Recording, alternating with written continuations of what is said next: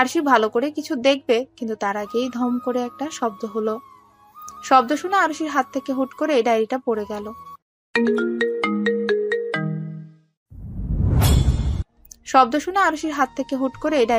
গেল। আরশি ডায়েরিটা কোনো মতে তুলে রেখে দ্রুত পায়ে নিচে নেমে এলো। কিন্তু নিচে নামার পর এমন একটা দৃশ্য দেখে তার বুকটা কেঁপে উঠল। আহির! ভয় মিশ্রিত গলায় মৃদু চিৎকার দিয়ে বলল আরশি। আহির নিচে বসে আছে আর হাঁটুতে থেকে প্রচুর রক্ত পড়ছে। শান্ত বাচ্চা হলেও আহিরও তো একটা বাচ্চা। ব্যথা আর ভয়ে সে চিৎকার করে কান্না করছে। শিলা পাশে বসে আহিরকে থামানোর চেষ্টা করছে। আহির বাবু, কি হয়েছে তোমার? কিভাবে পড়লে? দেখি, পা দেখাও। না ফেরি আন্টি, পা ধরো না, খুব ব্যথা করছে। কান্না করতে করতেই বলল আহির। কিচ্ছু হবে না বাচ্চা, সব ঠিক হয়ে যাবে। দেখি আন্টি, একটু দেখি।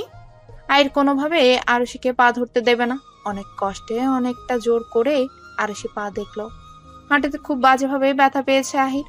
আরশি শিলাকে তাড়াতাড়ি ফার্স্ট এড বক্স আনতে বলল। ফার্স্ট এড বক্স আনতে আনতে আরশি আহিরকে কোলে তুলে সোফায় বসালো। আহির বাবু, এক্ষুনি সব ঠিক হয়ে যাবে। তুমি একটু পানিটা খাও, দেখবে ভালো লাগবে। আহির খেতে না চাইলেও আরশি অনেক জোর করেই তাকে খাওয়ালো। শিলা ফার্স্ট এড বক্সটা নিয়ে এলে আরশি তুলো দিয়ে আগে রক্ত পরিষ্কার করে তারপর ব্যান্ডেজ করে দিল। এই সময় আহির আরো বেশি চিৎকার করে কান্না করছিল আর উঠে চলে যেতে চাইছিল, যার কারণে শিলা তাকে শক্ত করে ধরে রেখেছিল। ব্যান্ডেজ করা শেষ হলে আরশি আহিরের পাশে বসে তাকে জড়িয়ে ধরল। এইসব কিভাবে হলো আহির? তুমি না টিভি দেখছিলে? আমি তো তোমার কাছে যাচ্ছিলাম ফেরি আন্টি, কিন্তু সিঁড়ি দিয়ে ওঠার সময় দুপ করে পড়ে গিয়েছি। নাক টানতে টানতেই বলল আহির। খুব ব্যথা করছে? আহিরের কথা শুনে আরশির মনটা খারাপ হয়ে গেল। আরশি শিলাকে আহিরের জন্য খাবার আনতে বলল। আহিরকে জোর করে কিছুটা খাবার খাইয়ে আরশি তাকে ব্যথার ওষুধ খাইয়ে দিল। আহির কিছুক্ষণ আগেই ঘুমিয়েছে। আরশি ফোনটা নিয়ে আহিরের রুমের বারান্দায় দাঁড়িয়ে আছে। সে চিন্তা করছে আকাশকে ফোন দিয়ে জানাবে কিনা। কিছুক্ষণ চিন্তা করে সে আকাশকে ফোন দিল, কিন্তু দুবার ফোন দেওয়ার পরও আকাশ ফোনটা রিসিভ করলো না। আরশি ঘাড় ঘুরিয়ে বিছানায় শুয়ে থাকা ঘুমন্ত আহিরের দিকে তাকালো। সন্ধ্যায় বাড়ি থেকে আকাশের কিছু একটা ফাঁকা ফাঁকা লাগছে। আরশি আসার পর থেকে আহির আকাশের সাথে আগের থেকেও বেশি ফ্রি হয়ে গেছে। অফিস থেকে ফিরলে আহির তাকে জড়িয়ে ধরতো, কিন্তু আজকে বাড়িটা আবারও আগের মতো শান্ত আর নির্জীব লাগছে আকাশের কাছে। শিলা, আজকে বাড়িটা এত শান্ত শান্ত লাগছে কেন? আহির কোথায়? পানির গ্লাসটা টেবিলে রাখতে রাখতেই বলল আকাশ। আকাশের কথা শুনে শিলা একটু ঘাবড়ে গেল। সে বুঝতে পারছে না আহিরের কথা তাকে বলবে কিনা। কি হলো বলো? আহির ঘুমিয়ে আছে স্যার। এই সময়? ভ্রুকুচকে জিজ্ঞেস করলো আকাশ। শিলার থেকে কোনো উত্তর না পেয়ে আকাশ রুমে এসে দেখলো আসলে আহির ঘুমিয়ে আছে। আহির, কি হয়েছে তোমার? এই সময় ঘুমিয়ে আছো কেন? দেখো, বাবাই এসে গিয়েছি, উঠো আহির। কিছুক্ষণ ডাকার পর আহির চোখ খুলে আকাশের দিকে তাকালো, কিন্তু উঠলো না। কি হয়েছে আহির? এরকম চুপচাপ কেন আজ? শরীর খারাপ লাগছে? মাথা নাড়িয়ে উত্তর দিল আহির। কি হয়েছে তো? বাবাই হাত দিও না পায়ে। এতক্ষণ পায়ে কাঁথা ছিল বিদায় আকাশ আহিরের ব্যান্ডেজ খেয়াল করেনি। কথা বলতে বলতে হুট করে আকাশের হাত আহিরের হাঁটুতে লেগে যায়। আকাশ তাড়াতাড়ি কাঁথা সরিয়ে আহিরের পা দেখলো। পায়ের অবস্থা দেখে আকাশ অস্থির হয়ে গেল। আহির, কি হয়েছে তোমার? তোমার পায়ে ব্যান্ডেজ কেন? কি হয়েছে আহির, বলো। সিঁড়ি থেকে পড়ে গিয়েছে স্যার। পেছন থেকে বলল আরশি। আরশির কথা শুনে আকাশ প্রচুর রেগে গেল। সে হুঙ্কার দিয়ে বলে উঠল, পড়ে গিয়েছে মানে কি? কি করছিলে তুমি তখন?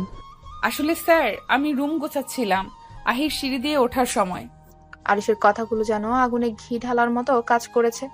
রুম গোছাচ্ছিলে মানে? আর আমাকে ফোন দাওনি কেন? দিয়েছিলাম, কিন্তু তোমাকে এখানে কেন রাখা হয়েছে? তোমাকে আহিরের খেয়াল রাখার জন্য রাখা হয়েছে, নাকি রুম গোছানোর জন্য? কাজ ঠিক মতো করতে না পারলে কাজ করো কেন? যাও এখন আমার চোখের সামনে থেকে। আকাশের কথা শুনে আরশি মাথা নিচু করে আহির রুম থেকে বেরিয়ে গেস্ট রুমে গিয়ে দরজা বন্ধ করে দিল। এমনিতেই সে সকাল থেকে এই অনুশোচনায় ভুগছিল, তার জন্য আহির ব্যথা পেয়েছে। তার উপর এখন আকাশের কথা শুনে তার আরো বেশি মন খারাপ হয়ে গেল। মাঝরাতে কোনো কিছু তীব্র শব্দ শুনে আরশির ঘুমটা ভেঙে গেল। সে তাড়াতাড়ি উঠে বসলো। একটু খেয়াল করতেই সে বুঝতে পারলো দরজায় কেউ কড়া নাড়ছে। আরশি, দরজা খোলো। আরশি! আকাশ খুব জোরে এই দরজায় আঘাত করছে। আরশি কোনো মতে ওড়নাটা গায়ে পেঁচিয়ে দরজা খুললো। কি হয়েছে স্যার এত রাতে? তাড়াতাড়ি রুমে এসো, আহিরের খুব জ্বর। আমি অনেকক্ষণ জলপট্টি দিয়েও কোনো কাজ হয়নি। আকাশের কথা শুনে আরুষি তাড়াতাড়ি রুমে এসে দেখলো আহির জ্বরে কাঁপছে। কপালে হাত দিয়ে দেখলো আসলেই তার খুব জ্বর। জ্বর কিভাবে এলো হঠাৎ? রাতেও তো সে ঠিক ছিল। ব্যথার কারণে জ্বর এসেছে। ছোটবেলা থেকেই আহিরের এই সমস্যাটা আছে। ব্যথা পেলেই সে অসুস্থ হয়ে পড়ে। গম্ভীর ভাবেই বলল আকাশ। আকাশের কথা শুনে আরুষির মনটা আবারও খারাপ হয়ে গেল। ওষুধ খাইয়েছেন? না। আরুষি আর কিছু না বলে আহিরকে ওষুধ খাইয়ে দিল। তারপর তার মাথার কাছে বসে জলপট্টি দিতে লাগলো। আকাশ চিন্তিত হয়ে সোফায় বসে আছে। আহিরকে আকাশ খুব ভালোবাসে। তার কিছু হলে আকাশের নিজেকে পাগল পাগল লাগে। বর্তমানে আহিরের অবস্থা দেখে তার মাথা ঠিক নেই। তার আরুষির উপর খুব রাগ হচ্ছে। পারলে এক্ষুনি আরুষিকে গলা চেপে ধরতো সে। স্যার উঠুন স্যার। জোরে জোরে আকাশকে ধাক্কা দিতে লাগলো আরুষি। আহিরের কথা চিন্তা করতে করতে আকাশের কখন যে চোখটা লেগে এসেছিল সে বুঝতে পারেনি। আরুষির ধাক্কাতে সে ঘুমো ঘুমো চোখে আরুষির দিকে তাকালো। কি হয়েছে আরুষি? আহির? এতক্ষণ আকাশের চোখে ঘুমের রেশ থাকলেও আহিরের নাম শুনে সেটাও চলে গেল। সে ধরফড়িয়ে উঠে বসলো। কি হয়েছে আহিরের? আহির মনে হয় নড়াচড়া করছে না স্যার। মনে হচ্ছে অজ্ঞান হয়ে গিয়েছে। ভীত গলায় বলল আরুষি। আরুষির কথা শুনে আকাশ তো প্রায় পাগল প্রায়। সে আহিরের পাশেই বসে তাকে ডাকতে লাগলো। মাঝে মাঝে ধাক্কাও দিতে লাগলো। স্যার আমার মনে হচ্ছে আহিরকে হসপিটালে নেওয়া প্রয়োজন। বাসায় বেশিক্ষণ থাকলে অবস্থা অন্যদিকে চলে যেতে পারে। আরুষির কথা শুনে আকাশ শুনেছে বলেই তার মনে হলো না। আরুষির কথাগুলো আকাশ শুনেছে বলে মনে হলো না। আরুষি দেরি না করে নিচে গিয়ে শিলাকে জাগিয়ে তুললো। বাইরে গিয়ে ড্রাইভারকে বলল গাড়ি বের করতে। স্যার তাড়াতাড়ি চলুন, গাড়ি বের করা হয়ে গিয়েছে স্যার। হুম। স্যার গাড়ি বের করা হয়ে গিয়েছে, আহিরকে নিয়ে চলুন, হসপিটালে যেতে হবে। আরুষের কথায় বুঝতে পেরে আকাশ এক মুহূর্ত দেরি না করে আহিরকে নিয়ে গাড়িতে উঠে বসলো। আরুষি সামনেই ড্রাইভারের পাশে বসলো। সামনে বসলেও আরুষি সারা রাস্তা ঘাড় পেছনে ঘুরিয়ে রেখেছিল। আর আকাশ আহিরকে নিজের বুকের সাথে চেপে রেখেছিল, যেন আহির কোথাও পালিয়ে যাচ্ছে। কাছাকাছি একটা হসপিটালেই তারা গাড়ি থামালো। আকাশ আহিরকে নিয়ে বের হতে হতে আরুষি ভেতরে গিয়ে কথা বলে সব ঠিকঠাক করে ফেললো। বাচ্চাদের কেবিনে রাখা হয়েছে আহিরকে। আকাশ চিন্তায় বাইরে অস্থির হয়ে পায়চারি করছে। আরুষি একপাশে দাঁড়িয়ে ডাক্তারের অপেক্ষা করছে। কিছুক্ষণ পর একজন নার্স তাড়াতাড়ি করে বেরিয়ে এলো। বাচ্চার বাড়ির লোককে? আমি। আহির কেমন আছে? সুস্থ আছে তো? এই ঔষধ আর ইনজেকশনগুলো তাড়াতাড়ি নিয়ে আসুন। দেরি করবেন না, যত তাড়াতাড়ি সম্ভব নিয়ে আসুন। আকাশ নার্সের হাত থেকে কাগজটা নিয়ে দৌড়ে সিঁড়ি দিয়ে নিচে নেমে যেতে লাগে। আরুষি এগিয়ে গিয়ে নার্সকে কিছু জিজ্ঞেস করবে, তার আগেই তিনি চলে গেলেন। আরুষির এখন আরো বেশি ভয় লাগছে। আহির ঠিক হয়ে যাবে তো? চিন্তিত অবস্থায় মাথায় হাত দিয়ে বাইরে রাখা চেয়ারে বসে আছে আকাশ। সে পারছে না চিৎকার করে কান্না করতে। কি থেকে কি হয়ে গেল আকাশ কিছুই বুঝতে পারছে না। আহিরের কিছু হলে আকাশ বাঁচবে না। আহিরি তার বেঁচে থাকার মূল কারণ হয়েছে। আহিরি তো তার বেঁচে থাকার মূল কারণ। কান্না আটকে রাখতে না পেরে আকাশ এবার হাল ছেড়েই দিল। আরুষি যখন বুঝতে পারলো আকাশ ফুপিয়ে ফুপিয়ে কান্না করছে, তখন আরুষি আকাশের পাশে এসে তার কাঁধে হাত রাখলো। চিন্তা করবেন না স্যার, সব ঠিক হয়ে যাবে, আহির সুস্থ হয়ে যাবে। আরুষি আকাশকে সান্ত্বনা দিচ্ছিল, কিন্তু এতে যে হিতে বিপরীত হয়ে যাবে তা আরুষি খুনাক্ষরেও টের পায়নি। আকাশ আরুষির হাতটা নিজের কাঁধ থেকে ঝটকা মেরে সরিয়ে দিল। দাঁতে দাঁত চেপে সে বলল, চুপ করো তুমি, একদম চুপ। আজ আমার আহিরের এই অবস্থার কারণ একমাত্র তুমি, শুধুই তুমি। তোমার কারণে আজ আমার আহিরের এই অবস্থা। আমি ভেবেছিলাম তুমি হয়তো আহিরের খেয়াল রাখবে, তার কোনো ক্ষতি হতে দেবে না, কিন্তু তোমার অবহেলার কারণে আজ আমার আহির হসপিটালে। আমার আহিরের যদি কিছু হয় আমি তোমাকে ছাড়বো না, আরুষি, জানে মেরে ফেলবো তোমাকে। আকাশের কথা শুনে আরুষি যেমন অবাক হলো তেমনি প্রচুর কষ্টও পেল। আরুষি নিজের দুর্বলতা আকাশের সামনে প্রকাশ করতে চায় না, তাই সে চুপচাপ সব কথা হজম করছে। মিস্টার আকাশ। অপরিচিত কারো কণ্ঠস্বর শুনে আরুষি আর আকাশ দুজনেই পেছন ফিরে তাকালো। লোকটাকে দেখে আরুষি কিছুটা চমকে গেল, কারণ এই সেই লোক যে লোকের থেকে দোকান থেকে আরুষি পুতুলটা ছিনিয়ে এনেছিল। লোকটা আকাশের সামনে এসে দাঁড়ালো। আপনি এখানে এই ভোরবেলা কি করছেন মিস্টার আকাশ? আমার বাচ্চাকে নিয়ে হসপিটালে এসেছিলাম মিস্টার রুদ্র। কেন, কি হয়েছে আপনার বাচ্চার? তীব্র জ্বরে অজ্ঞান হয়ে গিয়েছে। তাই আপনি কেন এসেছেন হসপিটালে? আসলে একজনকে রক্ত দিতে এসেছিলাম। ও আচ্ছা। আপনার পিছনে উনি কে? আপনার পরিচিত কেউ? আপনি ওকে আগে থেকে চেনেন নাকি? না, তবে আমি ওনাকে এর আগেও দেখেছি, তাই জিজ্ঞেস করলাম। ও আচ্ছা। আরুষি, বাড়িতে যাও তুমি। তোমাকে এখানে থাকতে হবে না। গম্ভীর এবং রাগী স্বরে এই কথাগুলো আরশিকে বলল আকাশ। আকাশের কথা শুনে আরশি একবার রুদ্র এবং আকাশের দিকে তাকিয়ে চলে গেল। যাওয়ার আগে আকাশের চোখের আড়ালে সে এক পলক আহিরকেও দেখে যেতে ভুলল না। সকাল 9টা। আরশি বাড়ি থেকে ফ্রেশ হয়ে আহির আর আকাশের জন্য খাবার নিয়ে হসপিটালে এসেছে। কেবিনের দরজা খুলতে এসে দেখতে পেল আহির বিছানায় বসে টিভিতে কার্টুন দেখছে। আহিরের জ্ঞান ফিরেছে দেখে আরশির দেহে প্রাণ ফিরে এলো যেন। আরশি খাবারের ব্যাগটা সাইডে রেখে শক্ত করে আহিরকে জড়িয়ে ধরলো। তুমি এসেছো ফেরিয়ান্টি, এতক্ষণ কোথায় ছিলে? জানো আমি তোমাকে কত খুঁজেছি, আর আমি এখানে কেন? বাবু, তুমি অসুস্থ তো, তাই হসপিটালে আনা হয়েছে তোমাকে, যেন তুমি খুব তাড়াতাড়ি সুস্থ হয়ে যাও। আর আমি বাড়ি গিয়েছিলাম আমার আহির বাবুর জন্য তার প্রিয় খাবার আনার জন্য। তুমি এখানে কেন এসেছো? আরশি পেছন ফিরে দেখলো আকাশ রাগী দৃষ্টিতে তার দিকেই তাকিয়ে আছে। আরশির মুখে এতক্ষণ যাও একটু হাসির ঝলক ছিল, আকাশকে দেখে সেটাও গায়েব হয়ে গেল। আমি আপনাদের জন্য খাবার নিয়ে এসেছিলাম। খাবার আনার কোনো দরকার নেই, আমরা হসপিটালের ক্যান্টিন থেকে খেয়ে নিব। বাইরের খাবার এই সময় আহিরের জন্য ভালো নয়, তাই নিয়ে এসেছিলাম। আপনি আমাকে জানালেন না কেন যে আহিরের জ্ঞান ফিরেছে? জেনে কি করতে? জানানোর প্রয়োজন মনে হয়নি, তাই জানাইনি।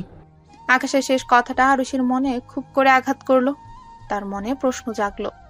জানানোর প্রয়োজন মনে হয়নি? সত্যি কি এই কথাটা জানার অধিকার আমার ছিল না?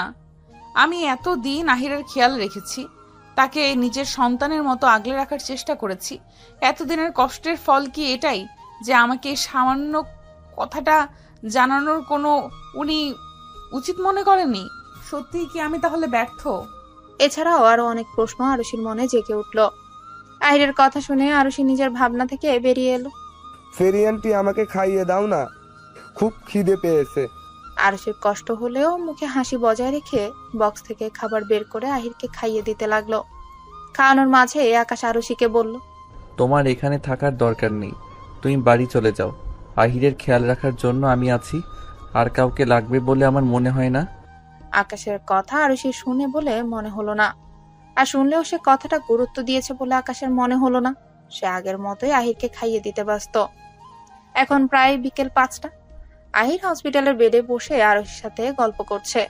আকাশ অফিসে চলে গিয়েছে দুপুরের কিছুক্ষণ আগে। মূলত অফিস থেকে তাকে ফোন করেছিল, আর সে এখন কেন যেন আরশিকে সহ্য করতে পারছে না। আরশির সামনে সে পড়তে চাইছে না, তাই সে অফিসেই চলে গিয়েছে। আসতে পারি? কেবিনের দরজার দিকে তাকিয়ে আরশি দেখলো রুদ্র দাঁড়িয়ে আছে। এই সময় এখানে রুদ্রকে দেখে বেশ অবাক হলো আরশি। কেমন আছো আহির? ভেতরে প্রবেশ করতে করতেই জিজ্ঞেস করলো রুদ্র। আহির মিটমিট করে আরশির দিকে তাকালো। কথা না বললে বিষয়টা খারাপ দেখাবে, তাই আরশি চোখের ইশারায় আহিরকে উত্তর দিতে বলল, ভালো। শরীর কেমন আছে তোমার? আমি তোমার জন্য আপেল নিয়ে এসেছি, খেও কিন্তু। হেসেই বলল রুদ্র। এবার রুদ্র আরশির দিকে তাকিয়ে মুচকি হাসলো। কেমন আছো তুমি? অনেকদিন পর তোমার দেখা পেলাম। ভালো, আপনি? আমিও ভালো আছি। তা সেই দিন এভাবে পুতুলটা নিজের কাছে নিয়েছিলে নাকি আহিরের জন্য? রুদ্রের কথা শুনে আরশি কিছুটা অপ্রস্তুত হয়ে পড়লো। হুট করে রুদ্র যে এই কথাটা বলে বসবে সেটা বুঝতে পারেনি সে। আরশিকে বিভ্রান্ত করে রুদ্রের মনে হয় বিষয়টা বেশ মজাই লাগছে। তা পুতুল নিয়ে কেমন লাগছে? আসলে তখন রাগের মাথায় আমি কি করেছি নিজেও বুঝতে পারিনি, তাই না বুঝে আপনার হাত থেকে ওভাবে পুতুলটা ছিনিয়ে নিয়ে এসেছিলাম। তাহলে ফিরে এসে ফেরত দিলেই তো পারতে। রুদ্রের আজব ধরনের কথা শুনে আরশির ভ্রুটা কুঁচকে গেল। ফিরিয়ে কেন দেবে? আমি টাকা দিয়েছি, তাই ওটা আমার। এটা বলার পর বিড়বিড় করেই বলল, যেভাবে আমি ডাকাতের সর্দারদের মতো ছিনিয়ে এনেছিলাম, ফিরিয়ে দেওয়ার কি মুখ ছিল? আচ্ছা, তুমি কি কোনো সময় ডাকাত ছিলে নাকি? না মানে যেভাবে আমার থেকে পুতুলটা ছিনিয়ে নিয়ে পালিয়ে গেলে, আগে থেকে অভিজ্ঞতা না থাকলে সেটা সম্ভব ছিল না, তাই আর কি। দেখুন, আমি সামান্য একটা পুতুলই তো নিয়েছি, আর এমন নয় যে ওটা আমি চুরি করেছি। আমি পুতুলের পুরো টাকা দিয়ে তবেই ওটা নিয়েছি। আর এমনি তো ওটা আমি আগে বুক করেছিলাম।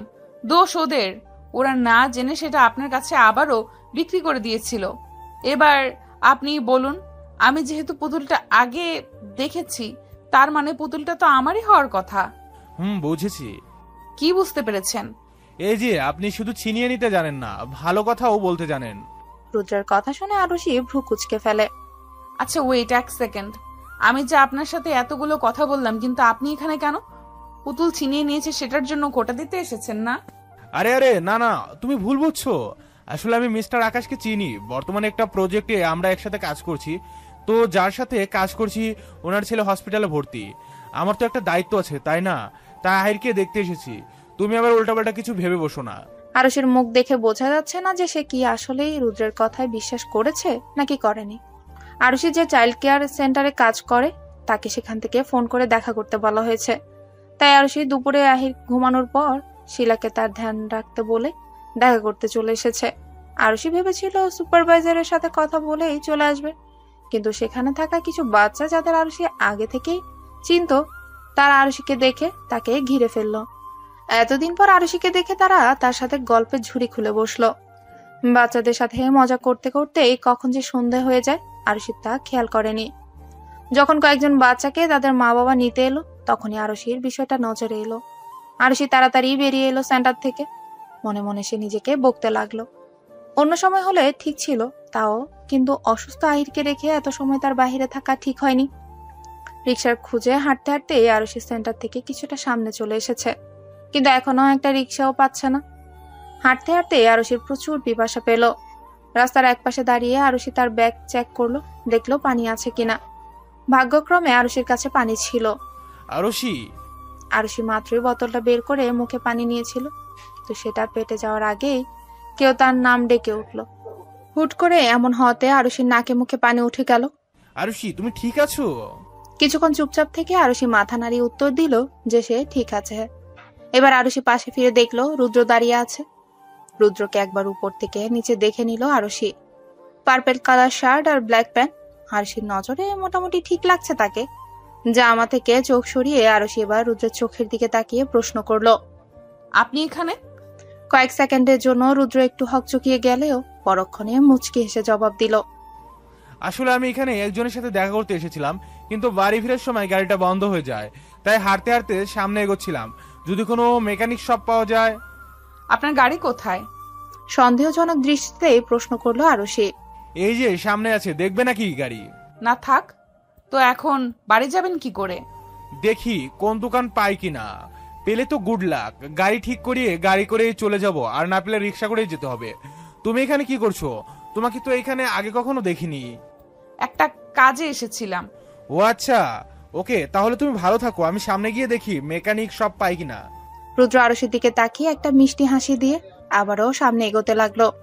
আরুষি দাঁড়িয়ে রিক্সা খুঁজেই চলেছে এখনো। আজকে কি রিক্সাওয়ালারা হরতাল করতে গিয়েছে নাকি? একটা রিক্সার দেখা নেই, আর যাও 2-3টা আসতে ভাড়া এত বেশি। আরো 5 থেকে 6 মিনিট দাঁড়িয়ে থাকার পরও যখন আরুষির মন মতো রিক্সা পেল না, তখনই সে বিরক্ত নিয়ে আবারও হাঁটা শুরু করলো। আরুষি, আবারও নিজের নাম শুনে হাঁটতে হাঁটতেই থেমে যায় আরুষি। ডান পাশে তাকিয়ে দেখলো রিক্সায় বসে রুদ্র তাকে ডাকছে। তোমার যদি কোনো সমস্যা না থাকে তুমি আমার সাথে বসতে পারো। এতক্ষণ যখন কোনো রিক্সা পাওনি মনে হচ্ছে পাবে না। না থাক, আমি হেঁটেই চলে যাব। হেঁটে যেতে হলে আরো আগে চলে যেতে। এখনো অন্ধকার হয়ে গিয়েছে, আর এটা আবাসিক এলাকা। এখন থেকে নির্জন হতে শুরু করেছে, নিশ্চয়ই দেখেছো। তাই বলছি, আমার সাথে চাইলে রিক্সায় শেয়ার করতে পারো। আর যেহেতু রিক্সা যদি তুমি মনে করো আমি খারাপ কিছু করতে পারি, কিন্তু সেরকম কিছুই হবে না, বিশ্বাস করতে পারো। রুদ্রের কথায় আরুষি কিছুটা ভেবেই রিক্সায় উঠে পড়লো। দুজনের মাঝে কিছুটা ব্যবধান রেখেই বসলো সে। রুদ্র চুপচাপ বাইরের দৃশ্য দেখছে। হুট করে আরুষি বলে উঠল, আপনি পেছন ফিরে এলেন কেন? আরুষির কথায় রুদ্র হেসে জবাব দিল, সত্যি বলতে আমি তোমার জন্য পিছনে এসেছিলাম। রুদ্রের কথা শুনে আরুষি হকচকিয়ে গেল। আমার জন্য মানে? আপনি কি করে জানলেন আমি এখনো ওখানে আছি? এমনটাও তো হতে পারতো আমি বাড়ি চলে গিয়েছি। আমি সামনে ছিলাম, কিন্তু তোমাকে যেতে দেখি তাই বুঝতে পেরে গিয়েছিলাম তুমি এখানে রিক্সার জন্য অপেক্ষা করছো। রুদ্রের কথা শুনে আরুষির আর কিচ্ছু বলল না, চুপচাপ রাস্তা দেখতে লাগলো সে। আকাশের বাড়ির সামনে এসে রিক্সা থামাতেই বলল আরুষি। এখানে রিক্সা থামতে দেখে রুদ্রের ভ্রুটা কুঁচকে গেল। তাও সে মুখে হাসি বজায় রেখে প্রশ্ন করলো, এটা মিস্টার আকাশের বাড়ি, রাইট? এটা স্যারের বাড়ি। তুমি এখানে থাকো নাকি? কিন্তু কেন? আমি এখানেই থাকি। আচ্ছা তাহলে আমি আজ আসছি। আপনার অনেক সময় নষ্ট করলাম, আমি দুঃখিত। না ঠিক আছে, তোমাকে সাহায্য করতে পেরে আমি খুশি হয়েছি। আচ্ছা তাহলে আজ আসি, সাবধানে যাবেন। তুমিও সাবধানে থেকো কিন্তু। আরুষি প্রতি উত্তরে একটা হাসি দিল। রুদ্র রিক্সাওয়ালাকে রিক্সা চালাতে বলল। রিক্সা কিছু দূর গেলে রুদ্র পেছন ফিরে দেখলো আরুষি দাঁড়িয়ে আছে। সে হাতের ইশারায় আরুষিকে বিদায় জানালো। আরুষি তাকে হাত নাড়িয়ে বিদায় জানিয়ে গেট দিয়ে ভেতরে প্রবেশ করলো। কোথায় গিয়েছিলে? হুট করে আকাশের কণ্ঠ শুনে ঘাবড়ে যায় আরুষি।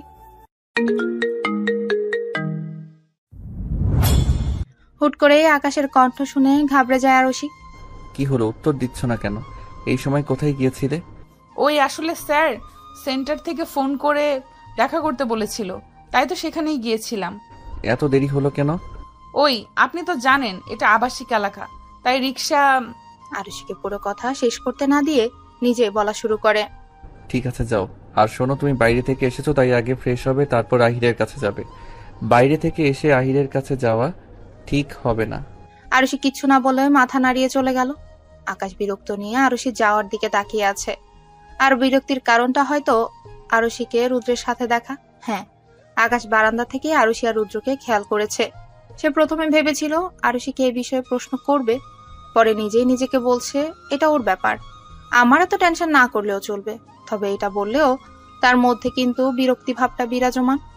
আজ শুক্রবার ছিল বিদায় আকাশ আহির দুজনেই ঘরে আছে। বিকেলবেলায় অভ্র চলে এসেছে এ বাড়িতে। অভ্র আর আকাশ ড্রয়িং রুমে বসে ডিজাইন নিয়ে কথা বলছিল। আহির রুমে টিভি দেখছে আর আরুষি শিলাকে কাজে সাহায্য করছে। এরই মধ্যে বাড়ির বেলটা বেজে উঠল।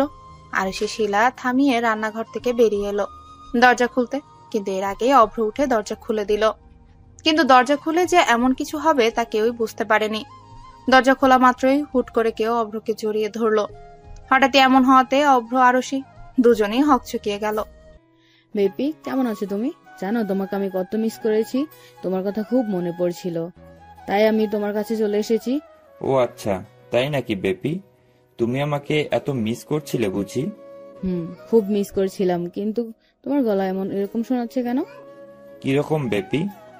কেমন যেন অন্যরকম মনে হচ্ছে। কিসব বলছো বেপি? আমার গলা তো এরকমই, কিন্তু কথা হচ্ছে তুমি কে বেপি? তোমাকে তো আমি চিনি না। আরে আমি হুট করে মেয়েটার চিৎকার দিয়ে অভ্রকে ধাক্কা দিয়ে সরিয়ে দিল। এই কে তুমি? হ্যাঁ, তোমার সাহস তো কম না, তুমি আমাকে জড়িয়ে ধরেছ। আমি কোথায় জড়িয়ে ধরেছি?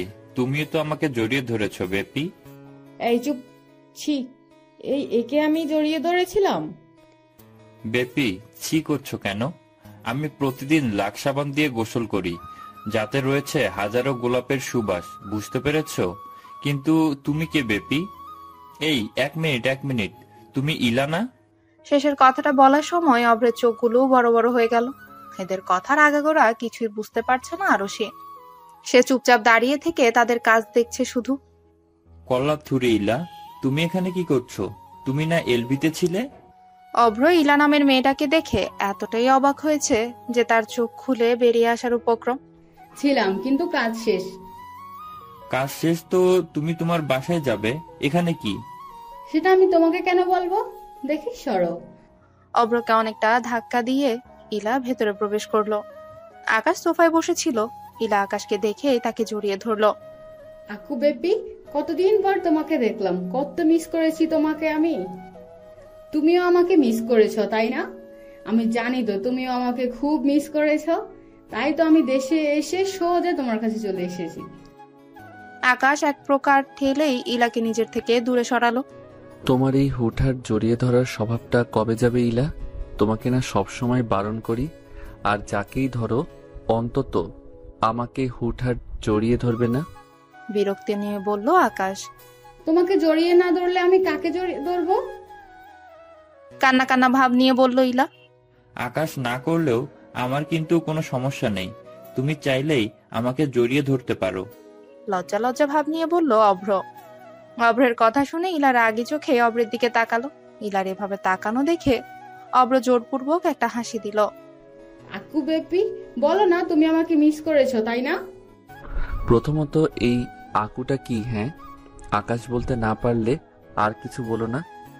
আর আমি তোমাকে মিস করব কেন? মাত্র তো শুটিং এর কারণে 1 মাসের জন্য এলবিতে গিয়েছিলে। তুমি সত্যি আমাকে মিস করোনি? না, করিনি। শুধু তোমাকে কেন আমি মিস করতে যাব? এখন এটা বলো, তুমি আমার বাড়িতে কি করছো? আমি ওকে আমার সাথে এখানে নিয়ে এসেছি। পরিচিত কণ্ঠস্বর শুনে আকাশ কেঁপে উঠল। তাদের সামনেই দাঁড়িয়ে আছে মাঝবয়সী একজন মহিলা।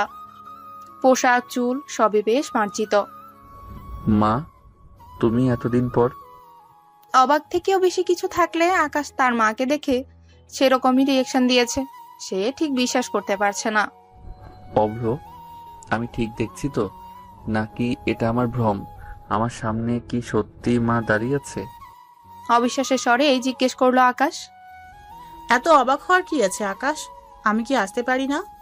না, তুমি আসতে পারো, কিন্তু এত বছর পর তোমাকে আমি এতটা দিন হাজারবার বললেও তুমি আসোনি, কিন্তু আজ হঠাৎ না জানিয়ে আসলে কি আর তোমার এই রিয়েকশন দেখতে পেতাম? কিন্তু তুমি এসেছো, ভালো কথা। ইলাকে কেন নিয়ে এসেছো? আর তোমরা কি একসাথে এসেছো?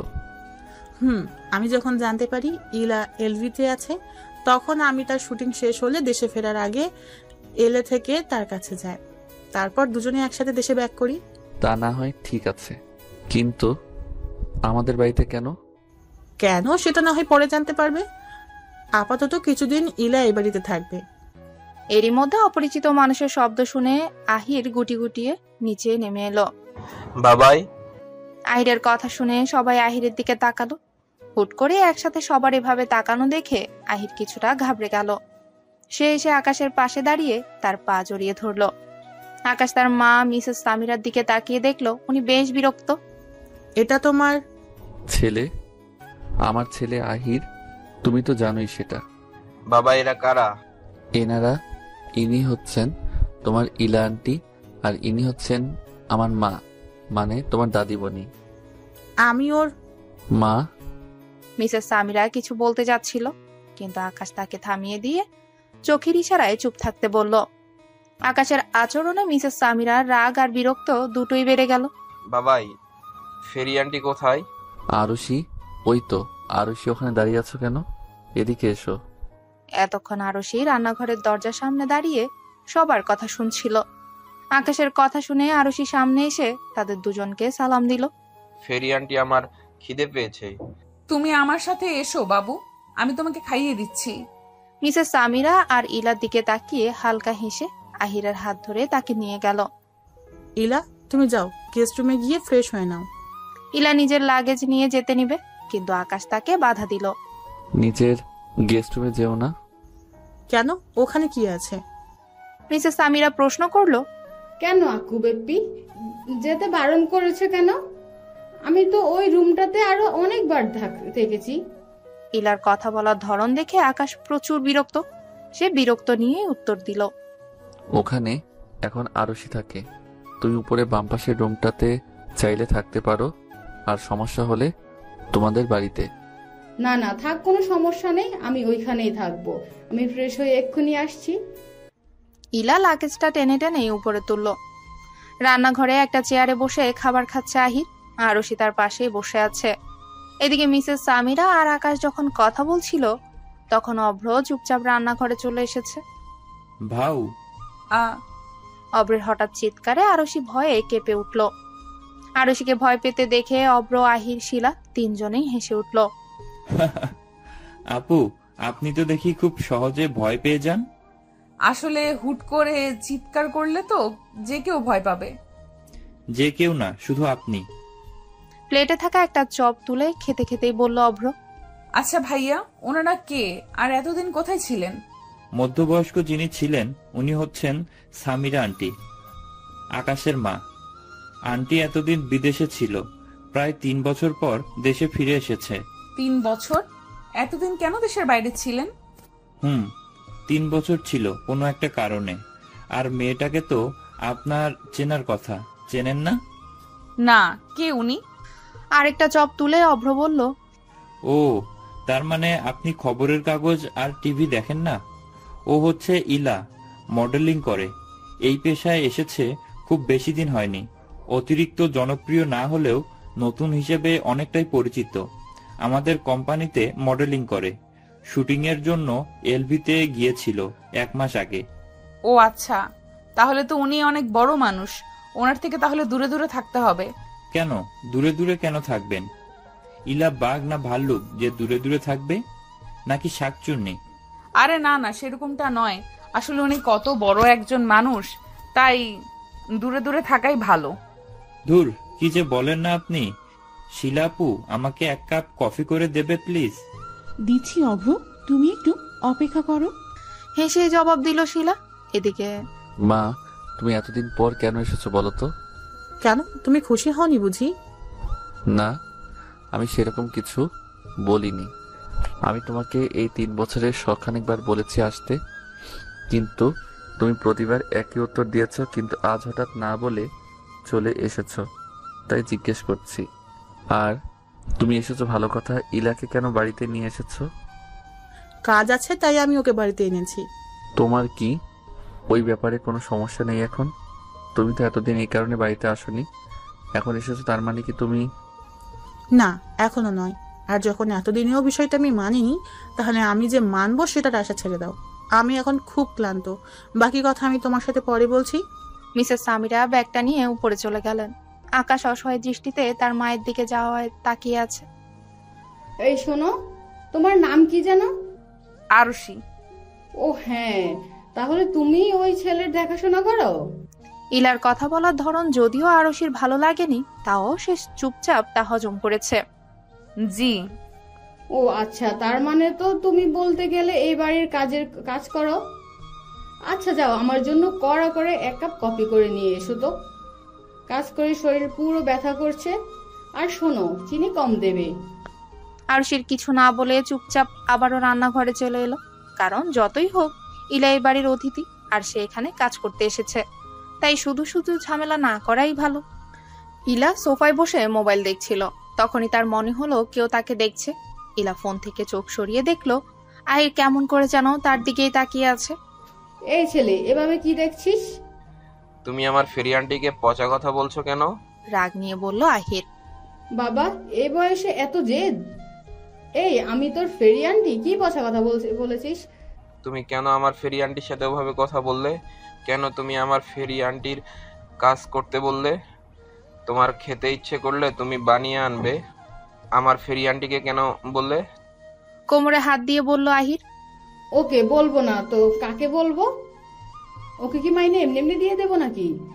মাসে মাসে যে টাকা নিয়ে যায় তো কাজ করবে না?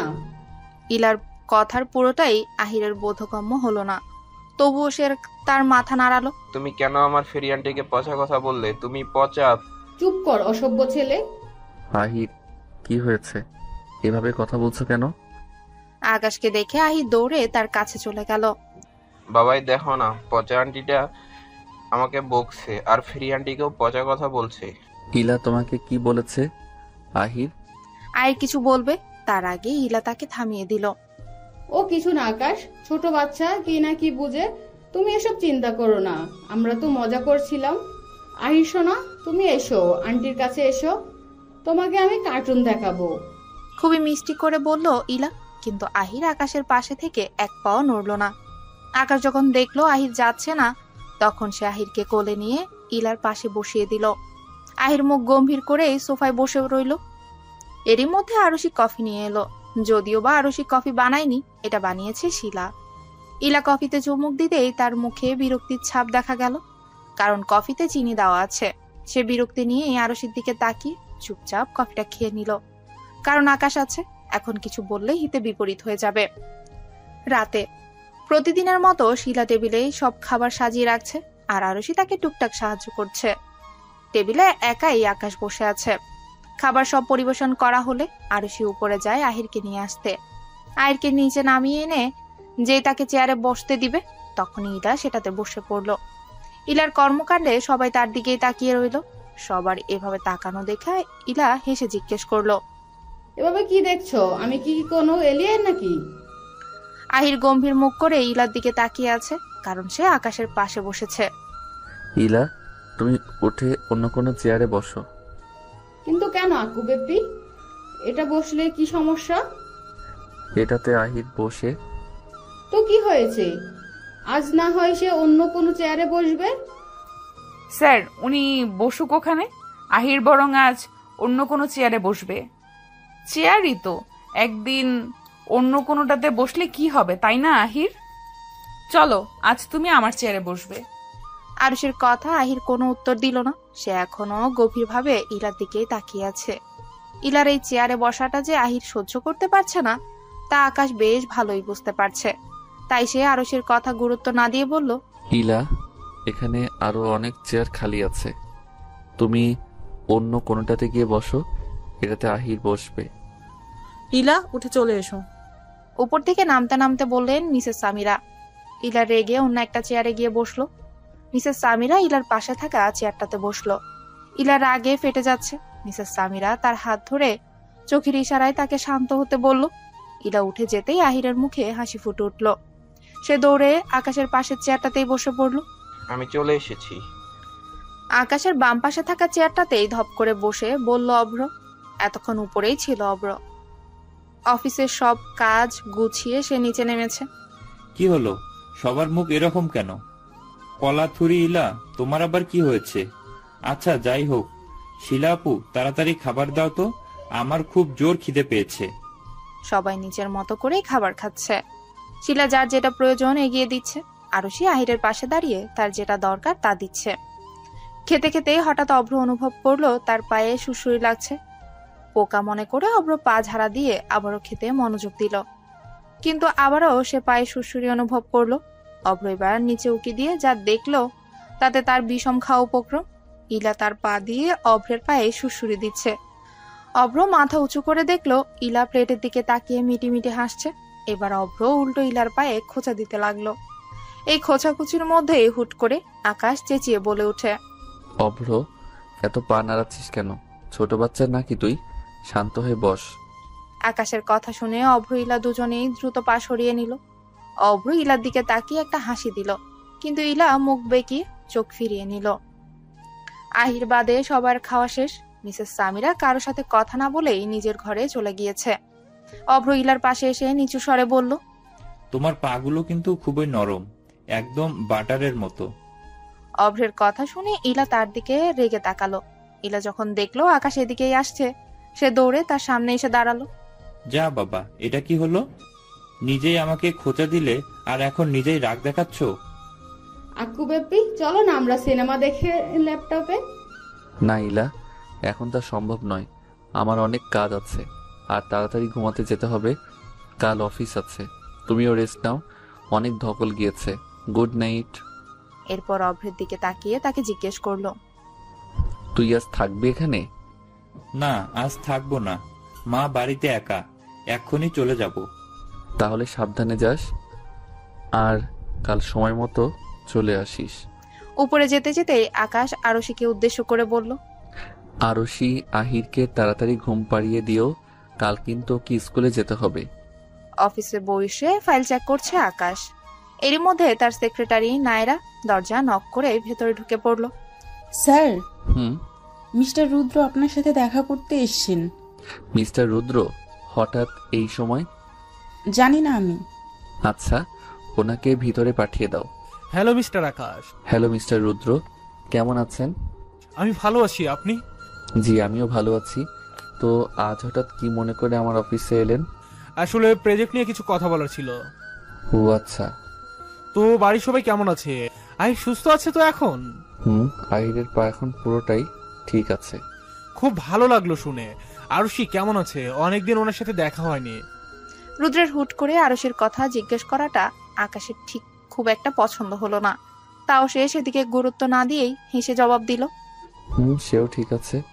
আচ্ছা চলুন তাহলে কাজের কথায় আসি। হ্যালো বেবি, কেমন আছো তুমি? কেন ফোন দিয়েছো? তোমাকে না বলেছি আমাকে ফোন দিবে না, দরকার হলে আমি তোমাকে ফোন দিব। হ্যাঁ হ্যাঁ, সেটা আমার মনে আছে, কিন্তু আমার এখন তোমার কথা খুব মনে পড়ছিল, তাই তোমাকে ফোন দিলাম। তা না হয় ঠিক আছে, কিন্তু এইভাবে হুটহাট ফোন দিবে না, কেউ দেখে ফেললে সমস্যা হবে। আরে কিচ্ছু হবে না, আমাকে কেউ ধরতেও পারবে না। তাও সাবধানের মার নেই, যদি কেউ ঘূর্ণাক্ষরে টের পেয়ে যায় তাহলে সব প্ল্যান শেষ। আরে কিচ্ছু হবে না, তুমি শুধু শুধু টেনশন করছো। আচ্ছা সেসব বাদ দাও, কেমন আছো সেটা বলো। আমি ভালো আছি, যদি প্ল্যান মতো সব কাজ হয় তাহলে আরো ভালো থাকবো। তুমি একদম চিন্তা করো না, সব প্ল্যান মতোই হবে। তোমাকে যে কাজটা করতে বলেছি ওটা ঠিকঠাক করেছো তো? আমি তো চেষ্টা করছি, কিন্তু কিন্তু কি কেউ সন্দেহ করেনি তো? আরে না না, সন্দেহ করেনি, কিন্তু ওই বাচ্চাটা বারবার আমার কাজের মাঝখানে চলে আসছে। আমি যখনই ওর কাছে কাছে থাকতে চাই, বাচ্চাটা কোনো না কোনোভাবে তাতে বাধা দেয়। যদি বেশি গড়বড় করে তাহলে ওকে রাস্তা থেকে সরিয়ে দাও। যেভাবেই হোক কাজটা কিন্তু হতেই হবে। তুমি একদম চিন্তা করো না বেবি, সব একদম আমাদের প্ল্যান মতোই হবে। কিন্তু বেবি, আমাদের এই প্ল্যানটা যদি কোনোভাবে কাজ না করে?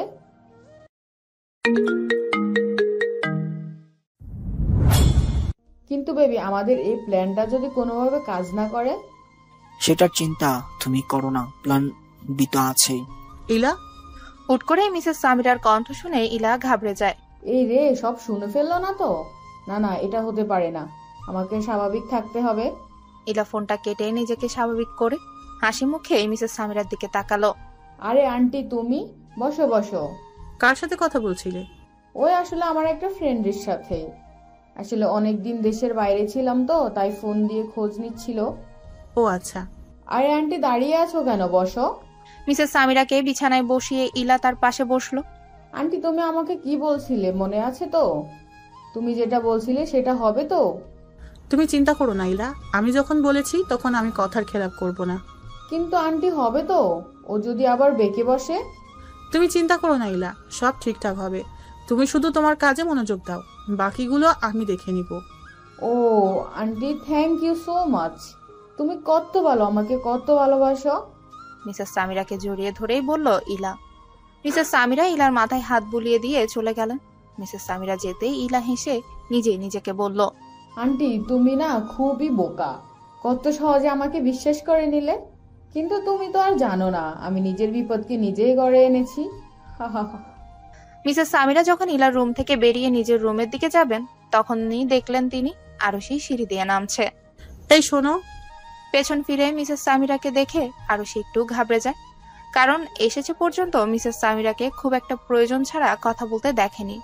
কেমন যেন সবসময় চুপচাপ গম্ভীর হয়েই থাকেন। কি হলো, শুনতে পাচ্ছ না নাকি? জি জি বলুন। আমার জন্য একটা চা করে রুমে নিয়ে এসো। আচ্ছা। আর শোনো, চা কিন্তু তুমিই নিয়ে আসবে। মাথা নাড়িয়ে আরশি দ্রুত পায়ে রান্নাঘরে গিয়ে শিলাকে বলল চা বানিয়ে দিতে, কারণ এ বাড়িতে আহিরের কাজ ছাড়া বাকি কোনো কাজ আরশি খুব একটা করে না। চা বানানো শেষ হলে আরশি সেটা নিয়ে উপরে এলো। ম্যাডাম, আসবো? এসো। আপনার চা। মিসেস সামিরা চাটা হাতে নিলে আরশি চলে যেতেই পা বাড়ালো, কিন্তু মিসেস সামিরা তাকে থামিয়ে দিয়ে রাগী স্বরে বললেন, আমি কি তোমাকে যেতে বলেছি? না। তাহলে চলে যাচ্ছ কেন? আমি যেহেতু তোমাকে আসতে বলেছি, নিশ্চয়ই কোনো কারণ আছে, তাই নয় কি? আপনি কি কিছু বলবেন ম্যাডাম? এখানে কাজ করো কতদিন হবে? মানে ওই বাচ্চার দেখাশুনো করো কতদিন ধরে? 2 বা 3 মাস হবে। তো এতদিন বাচ্চাটার সাথে থেকে কি বুঝতে পারলে? মানে বাচ্চাটা কি ধরনের? মিসেস সামিরার এই ধরনের প্রশ্ন শুনে আরশি কপালে ভাঁজ পড়ে গেল। উনি এই অদ্ভুত ধরনের প্রশ্ন কেন জিজ্ঞেস করছেন? আমার থেকে তো ওনার আরো ভালো করে জানা উচিত আহির কেমন, তাহলে আমাকে জিজ্ঞেস করছেন কেন? মনে মনে নিজেকেই প্রশ্ন করলো আরশি। কি হলো, উত্তর দাও। আহির খুব ভালো ছেলে ম্যাডাম, শান্তশিষ্ট, ভদ্র, সবাইকে যথেষ্ট সম্মান করে সে। দেখবো এই নম্র ভদ্র কতদিন থাকে, একদিন ঠিক পিঠে ছুরি মারবে। সেদিন যদি আমার ছেলেটা শিক্ষা হয়। বলেছিলাম ওকে ওর মায়ের কাছেই পাঠিয়ে দে, কিন্তু না, আমার ছেলে তো মহান, সে তো আবার দয়ার সাগর, যত সব নিজের ভালো পাগলও বোঝে, কিন্তু আমার ছেলে। বিড়বিড় করে বললেন মিসেস সামিরা। ম্যাডাম, কিছু বললেন? না, কিছু না, যাও তুমি এখন। আরশি মিসেস সামিরার দিকে একবার তাকিয়ে চলে গেল। তার কাছে মিসেস সামিরার ব্যবহার কেমন যেন অদ্ভুত ঠেকছে। দরজা খুলে রুদ্রকে দেখে চমকে যায় আরশি। নিজেকে শান্ত করে সে হাসি মুখে রুদ্রকে জিজ্ঞেস করলো, আপনি হঠাৎ এইখানে? বাইরে দাঁড় করিয়ে সব জিজ্ঞেস করবে নাকি ভিতরে আসতে দেবে? আরে না না, আপনি আসুন, বসুন। আপনি বসুন, আমি এক্ষুনি আসছি। আরশি রান্নাঘরে গিয়ে শিলাকে রুদ্রের জন্য খাবার তৈরি করতে বলে তার জন্য 1 গ্লাস পানি নিয়ে এলো। এই নিন পানি। ও থ্যাংক ইউ আরশি। আপনি কি স্যারের সাথে দেখা করতে এসেছেন? কিন্তু উনি তো বাড়িতে নেই। ও আচ্ছা, সমস্যা নেই, আমি বরং তোমার সাথে দেখা করতে যাই। তো কেমন আছো তুমি? অনেকদিন পর দেখলাম তোমাকে, আমাকে তো ভুলে গিয়েছো। না মানে আরে আমি তো মজা করছিলাম। আহির কোথায়? স্কুলে গিয়েছে। এরই মধ্যে শিলা খাবার নিয়ে এলো রুদ্রের জন্য। আরে এত কিছু করার কোনো প্রয়োজন ছিল না। আপনি স্যারের বাড়িতে এসেছেন, আপনাকে আপ্যায়ন না করলে কি হয়? নিন, খেয়ে নিন। রুদ্র মুচকি হেসে চায়ের কাপটা তুলে নিল। এরই মধ্যে ইলা নিচে নেমে এলো। ইলাকে দেখে রুদ্র কিছুক্ষণ তার দিকে তাকিয়ে রইল। একইভাবে ইলা ও রুদ্রের দিকে তাকিয়েছিল। তাদের এই তাকানোটা আরশি ঠিকই খেয়াল করেছে। কেমন আছো ইলা? শুটিং কেমন হলো? ভালো। দাঁড়িয়ে আছো কেন? বসো। ইলা রুদ্রের সামনে থাকা সোফায় বসলো। কেমন আছো তুমি? কাজ কেমন চলছে? ভালো। শুনলাম আকাশের সাথে নাকি নতুন প্রজেক্টে কাজ করছো। ঠিকই শুনছো, কিছুদিন পর কাজে হাত দেব। বেশ ভালো। তো মডেল আছে তো তোমার, নাকি আমি কিছু সাহায্য করব? ইলার কথা শুনে রুদ্র বাঁকা হেসে তাকে উত্তর দিল, আমাকে মডেল খুঁজতে হয় না, বরং তারা আমার কাছে আসে। আচ্ছা সেসব বাদ দাও, এটা বলো তুমি এখানে কি করছো? কিছু কাজ আছে তাই আছি এখানে। অদ্ভুতভাবে রুদ্রের দিকে তাকিয়ে উত্তর দিল ইলা। ইলার উত্তর শুনে রুদ্র একটা হাসি দিয়ে তার থেকে চোখ সরিয়ে আরশির দিকে তাকালো। আরশি এই নাও। একটা প্যাকেট আরশির দিকে এগিয়ে দিয়ে বলল রুদ্র, কি এটা? আর আমাকে কেন দিচ্ছেন? ইচ্ছে হলো তাই দিচ্ছি, এখন বেশি কথা না বলে নাও তো। আরশি ইতস্তত হয়ে প্যাকেটটা নিল। প্যাকেটটা খুলেই দেখলো তাতে একটা কালো এবং একটা সাদা রঙের জামা এবং ছোট্ট বাচ্চাদের একটা সেট কাপড়। এগুলো চুপচাপ রেখে দাও, আমি আর এগুলো ফেরত নিচ্ছি না। আরশি হতাশজনক দৃষ্টিতে রুদ্রের দিকে তাকালো। রুদ্র প্রতিবারের মতোই হেসে জিজ্ঞেস করলো, পছন্দ হয়েছে? মিষ্টি করেই হেসে জবাব দিল আরশি। এদিকে ইলা তীক্ষ্ণ দৃষ্টিতে আরশির দিকে তাকিয়ে আছে। শুধু ইলা নয়, উপর থেকে মিসেস সামিরাও এসব দেখছে। আকাশের বাসা আজকে খুব সুন্দর করেই সাজানো হয়েছে। অনেক মানুষ দেখা যাচ্ছে। চারিদিকে নানা রঙের বেলুন দিয়ে সজ্জিত। আকাশ আর অভ্র ব্যস্ত সব ঠিকঠাক আছে কিনা তা দেখতে। রান্নার দিকটা শিলা দেখছে অনেকটাই, আর আরশি আহিরকে নিয়ে ব্যস্ত। আর হবে নাই বা কেন, আজ যে আহিরের জন্মদিন। আজ 6 বছরে পা দিয়েছে আহির। আহির আজ খুব খুশি, কারণ এই প্রথম তার জন্মদিন এত বড় করে পালন করা হচ্ছে। আর এই সবের পেছনে মূল ভূমিকা আরশির। সেই আকাশকে বুঝিয়ে রাজি করিয়েছে অনুষ্ঠান করার জন্য। একটু অন্ধকার নামলেই আহিরকে আরশি নিচে নামিয়ে আনলো। এত সাজানো গোছানো বাড়ি দেখে আহির তো খুবই খুশি, কিন্তু সে সবসময়ের মতো চুপচাপ হয়ে আরশির হাত ধরে দাঁড়িয়ে আছে। এক পাশে আহিরকে নিয়ে দাঁড়িয়েছিল আরশি। তখনই তার কাছে এলো রুদ্র। শুভ জন্মদিন আহির। Thank you. এই নাও তোমার জন্মদিনের উপহার। একটা বক্স আহিরের দিকে এগিয়ে দিয়ে বলল রুদ্র। রুদ্র আরশির দিকে তাকালো। আরশি মাথা নাড়িয়ে নিতে বললে আহির সেটা নিয়ে পাশের টেবিলে রেখে দিল। পাশেই কয়েকটা বাচ্চা খেলা করছিল। আহির দাঁড়িয়ে এতক্ষণ তাদেরকেও দেখছিল। আহির, তুমিও খেলবে? যাও খেলো, ওরাও তোমার বন্ধু তো। আহির প্রথম যেতে চাইছিল না, কিন্তু আরশি আরেকবার বলাতে সে বাচ্চাগুলোর কাছে গিয়ে তাদের সাথে খেলতে লাগলো। এদিকে এতক্ষণ রুদ্র আরশির দিকেই তাকিয়েছিল। গায়ে তার কালো রঙের একটা 3 পিস, এক পাশে করে একটা বেনুনি করা, চোখে হালকা করে কাজল। আরশির দিকে তাকাতেই তার মুখে হাসি ফুটে উঠেছে, কারণ আরশির পরনে জামাটা তারই দেওয়া। তোমাকে কিন্তু সুন্দর লাগছে। ও ধন্যবাদ। আপনার ড্রেসগুলো কিন্তু সুন্দর, আপনার জামা কাপড়ের চয়েস কিন্তু ভালোই। আমি জানি তো ভালো। বিড়বিড় করেই বলল রুদ্র। কিছুটা দূরে দাঁড়িয়ে আরশি আর রুদ্রকে দেখছে মিসেস সামিরা। সে তাদেরকে দিকে তাকিয়ে কিছু একটা ভাবছে। আন্টি কি দেখছো তুমি? কিছু না। আন্টি তুমি কি কথা দিয়েছিল, তোমার মনে আছে তো? নীলা, আমার খুব ভালো করেই মনে আছে, তুমি চিন্তা করো না, সব ঠিকঠাক ভাবেই হবে। আহিরের দিকে তাকিয়ে বললেন মিসেস সামিরা। আচ্ছা তুমি কি সবসময় এখানে থাকো? আহিরের দিকে তাকিয়ে উত্তর দিল আরশি। তোমার ফ্যামিলিতে কিছু বলে না? রুদ্রের কথা শুনে আরশির মন খারাপ হয়ে গেল। সে রুদ্রের দিকে তাকিয়ে মলিন হাসি দিয়ে উত্তর দিল, আমার কোনো ফ্যামিলি নেই, তাই বলার মতো কেউ নেই। আরশির কথা শুনে রুদ্রের মুখ মলিন হয়ে যায়। সে আরশিকে হার্ট করতে চায়নি, সে তো জানতোই না এই ব্যাপারে। সরি, আসলে আমি জানতাম না।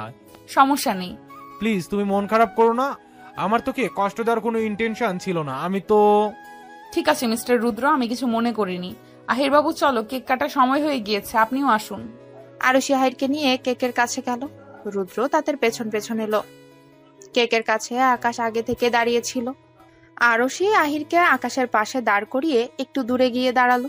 সবাই উইশ করার পর আকাশ আহিরের হাতে ছুরিটা ধরিয়ে দিয়ে উপর থেকে তার হাত ধরলো, কিন্তু আহির ছুরি হাতে চুপচাপ দাঁড়িয়ে আছে। আহির কি হয়েছে? কেক কাটো, সবাই অপেক্ষা করছে তো। আহির আকাশের কথার উত্তর না দিয়ে এদিক ওদিক তাকিয়ে কি যেন খুঁজছে। আহির, কি খুঁজছো তুমি? কেক কাটো। ফেরি আন্টি? আহিরের কথা শুনে আকাশ যা বুঝার তা বুঝতে পেরে গেল। একটু চোখ ঘুরিয়েই সে আরুষিকে দেখতে পেয়ে গেল। আরুষি, ওখানে দাঁড়িয়ে আছো কেন? এদিকে এসো। একটু জোরেই বলল আকাশ। আকাশের কথা শুনে আরুষি অপ্রস্তুত হয়ে পড়ল, কারণ সবাই তার দিকেই তাকিয়ে আছে। আরুষি সবার এভাবে তাকানো দেখে জোরপূর্বক হেসে সামনে এগিয়ে গেল। আরুষিকে দেখে তো সে বেজায় খুশি। আরুষির হাতটা সে আকাশের হাতের উপর রাখলো। এভাবে হাত রাখাতে আরুষি আর আকাশ দুজনেই অপ্রস্তুত হয়ে পড়ল। আহিরের এই আরুষি আরুষি করাটা মিসেস সামিরা বা ইলা কারোরই খুব একটা পছন্দ হয়নি। কেক কাটা শেষ হলে আহির বুঝতে পারছে না সে কি করবে, তাই আরুষি তার হাতে একটা কেকের পিস তুলে দিয়ে আকাশকে খাইয়ে দিতে বলল। আকাশকে খাইয়ে দিয়ে আহির পিসটা আরুষির দিকে করলো। আরুষি হাত দিয়ে একটু করে কেকটা নিয়ে খেলো। একপাশে আহিরকে নিয়ে বসে আছে আরুষি।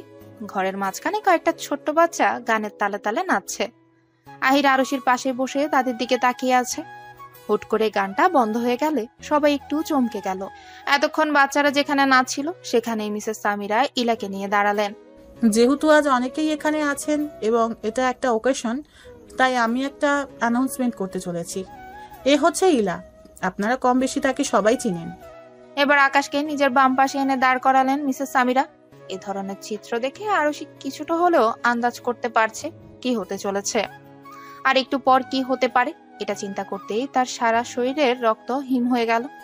সবাই উৎসুক দৃষ্টিতে তাদের তিনজনের দিকেই তাকিয়ে আছে। এ হচ্ছে আমার ছেলে আকাশ, আপনারা তাকেও কম বেশি চিনেন।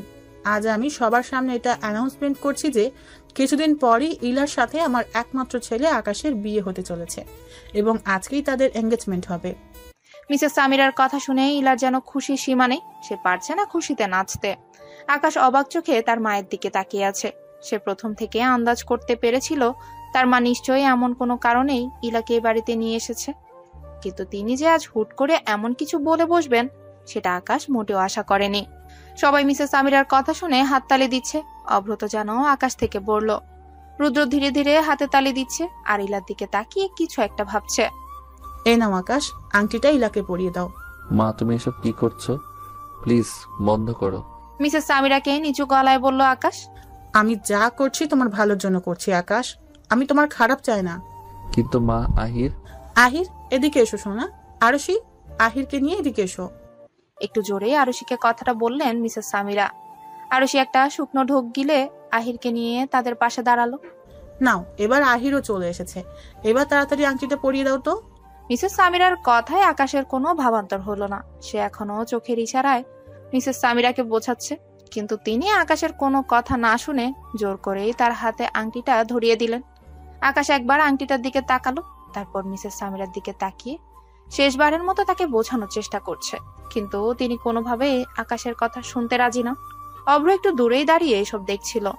কোনো এক কারণে তার মুখটা কালো মেঘে জমে হয়ে গেছে, যেন একটু পরেই তার থেকে বৃষ্টির কণা ঝরে পড়বে। রুদ্র এসে অভ্রের পাশে দাঁড়ালো। এটা কি হলো বলো তো? জন্মদিনের পার্টিতে এনগেজমেন্ট, আগে থেকে সব প্ল্যান করা ছিল নাকি? কই মিস্টার আকাশ তো শুধু আমাকে বললেন ওনার ছেলের জন্মদিন, কিন্তু ছেলের জন্মদিন উনি যে নতুন জীবনের সূচনা করতে চলেছেন এটা তো বলেনি। রুদ্রের কোনো কথা অভ্রের কানে গেল বলে মনে হলো না। সে এখনো তাদের দিকে তাকিয়ে কি যেন ভেবেই চলেছে। কি হলো অভ্র, কিছু তো বলো। অভ্রকে হালকা ধাক্কা দিয়ে জিজ্ঞেস করলো রুদ্র। না, আমি জানি না। আকাশ যখন দেখলো মিসেস সামিরাকে আর বলে কোনো লাভ নেই, তখন সে হতাশ হলো। আহিরের দিকে তাকিয়ে দেখলো সে নিষ্পাপ দৃষ্টিতে আকাশের দিকে তাকিয়ে আছে। আহিরের দিকে তাকিয়ে একটা দীর্ঘশ্বাস ফেলে আকাশ আংটিটা পরিয়ে দিল।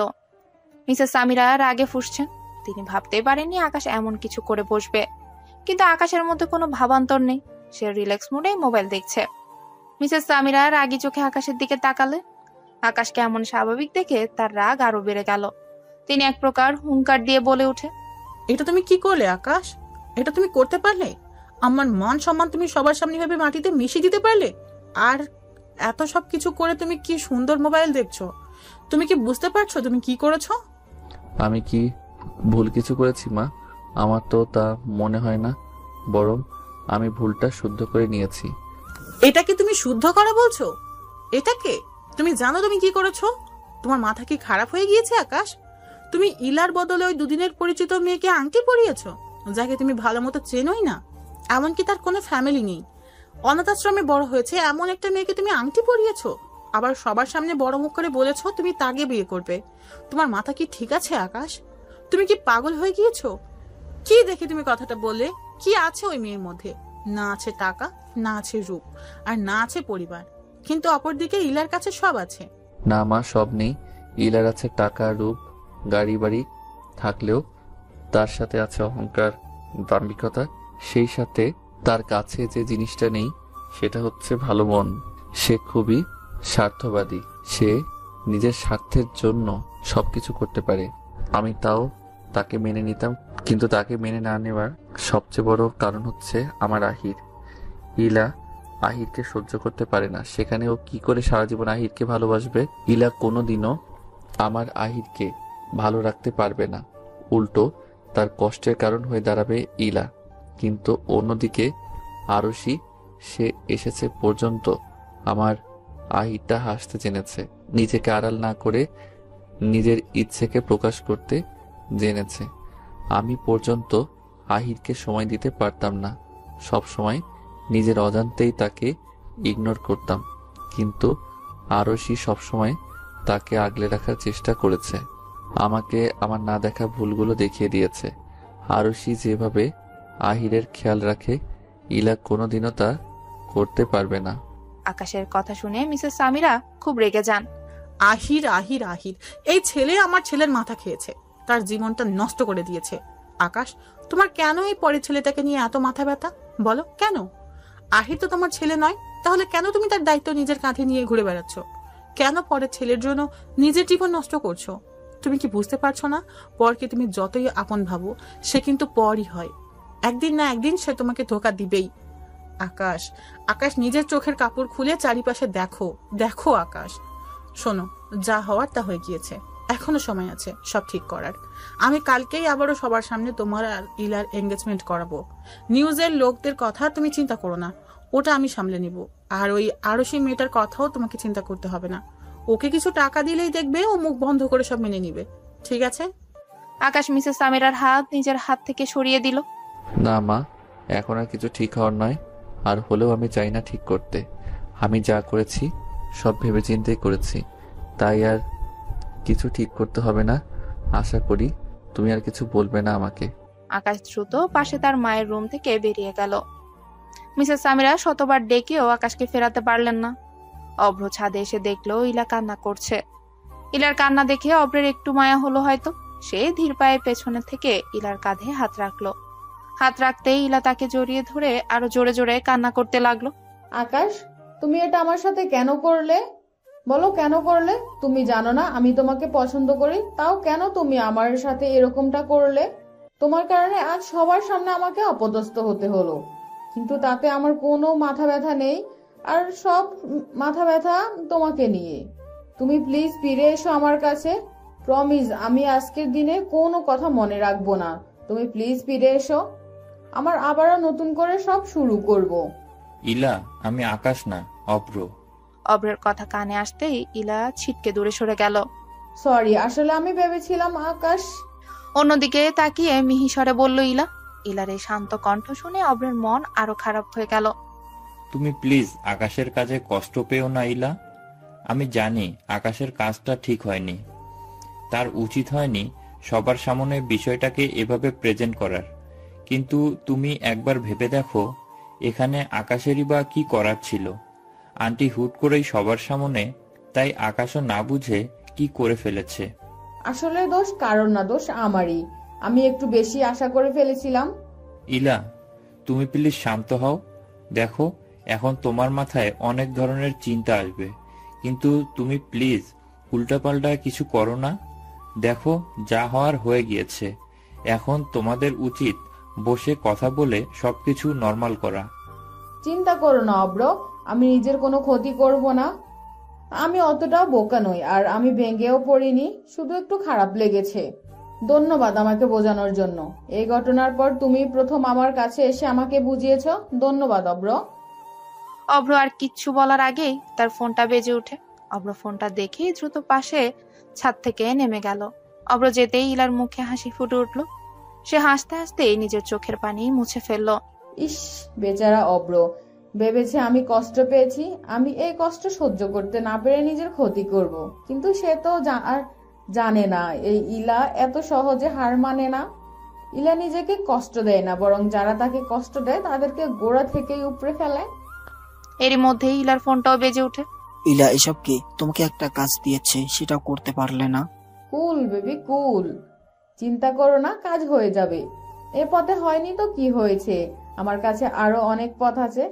কিন্তু তুমি চিন্তা করো না, তুমি নিশ্চিন্তে শুধু খেলা এনজয় করো। বলে ইলা ফোনটা কেটে দিল। আকাশ, তুমি কাজটা মোটেও ঠিক করলে না। আমাকে এতগুলা মানুষের সামনে অপমান করে তুমি মোটেও ঠিক করলে না। এর ফল তো তোমাকে দিতেই হবে, আর সাথে এই আরশি আর আহিরকেও। আকাশ, তুমি কাজটা মোটেও ঠিক করলে না। আমাকে এতগুলা মানুষের সামনে অপমান করে তুমি মোটেও ঠিক করলে না। এর ফল তো তোমাকে দিতেই হবে, আর সাথে এই আরশি আর আহিরকেও। তোমরা জানেই না এরপরে তোমাদের সাথে কি হতে চলেছে। অতিথি যারা এসেছিল তারা চলে গেছে ঘন্টা 2 আগে। ওই ঘটনার পর আরশি কোনো রিয়েক্টই করেনি। আসলে সে আহিরের সামনে কোনো রিয়েক্ট করতে চায়নি। আহিরকে খাইয়ে দিয়ে ঘুম পাড়িয়ে আরশি ছাদে এসে দাঁড়িয়েছে। এখনো পর্যন্ত সে কারোর সাথে কোনো কথা বলেনি। আরশি। আকাশের ডাক শুনেও আরশি পেছন ফিরে তাকালো না। আকাশ একটা দীর্ঘশ্বাস ফেলে আরশির পাশে এসে দাঁড়ালো। আমি জানি আরশি, হুট করে আমার এই কাজটা তুমি মেনে নিতে পারোনি, আর এটাই স্বাভাবিক। কিন্তু আমার কাছে তখন এটাই করা ঠিক মনে হয়েছিল। আর আমি যা করেছি সব আহিরের জন্য করেছি। আমি দেখেছি তুমি আহিরকে খুব যত্ন করো। কিছুদিন আগে যখন সে হসপিটালে ভর্তি হয়েছিল তখন আমি তোমাকে অনেক কথা শুনিয়েছিলাম, কিন্তু তুমি আমার কথায় কষ্ট পেলেও তুমি তার রাগ বা প্রভাব আহিরের উপর পড়তে দাওনি। ইলা কোনোদিনও আহিরকে মেনে নেবে না। ওকে বিয়ে করলে আমার আহিরের জীবনটা কষ্টে ভরে যাবে, আর আমি তা হতে দেব না। আমার কাছে আহিরের জন্য তুমি সেরা। তাই আমি এই সিদ্ধান্ত নিয়েছি, আমি তোমাকে কোনো কষ্ট পেতে দেব না। আরশি, বিশ্বাস করতে পারো। প্লিজ, যা হয়েছে তা মেনে নাও। অন্তত আহিরের জন্য হলেও প্লিজ মেনে নাও। আরশি আকাশের দিকে এক পলক তাকিয়ে নিচে চলে গেল। আরশির এভাবে চলে যাওয়াতে আকাশ আরো চিন্তায় পড়ে গেল। আরশি মানবে তো এসব কিছু, নাকি সে চলে যাবে আমাকে ছেড়ে? মনে মনে চিন্তা করলো আকাশ। রুদ্রের বাড়িতে এসেছে আকাশ আর আরশি। তাদের এখানে আসার মূল কারণ হচ্ছে রুদ্রকে বিয়ের দাওয়াত দাও। হ্যাঁ, আরশি আকাশের প্রস্তাবে রাজি আছে। আকাশ ভেবেছিল আরশি রাজি হবে না, কিন্তু সে রাজি হওয়াতে আকাশের মনের মধ্য থেকে একটা বড় পাথর নেমে গেল। বাহ, আজ আপনারা আমার বাড়িতে, আশা করি নিজে আপনারা কখনো আসবেন। নাস্তার ট্রে টেবিলে রাখতে রাখতেই বলল রুদ্র। আরে মিস্টার রুদ্র, এসবের কি দরকার ছিল? আকাশ বলল, এই প্রথম আপনারা আমার বাড়িতে এসেছেন, একটু অতিথি আপ্যায়ন না করলে কি হয়? আমি বানিয়েছি বলে এটা ভাববেন না খেতে খারাপ হবে। আমি কিন্তু বেশ ভালো চা বানাতে পারি। একটু রসিকতা সুরেই বলল রুদ্র। তো আজ হঠাৎ কি মনে করে আমার বাড়িতে আসা হলো? আরশি নিজের ব্যাগ থেকে একটা কার্ড বের করে টেবিলে রাখলো। কার্ডটা দেখে রুদ্র মুচকি হেসে সেটা তুলে নিল।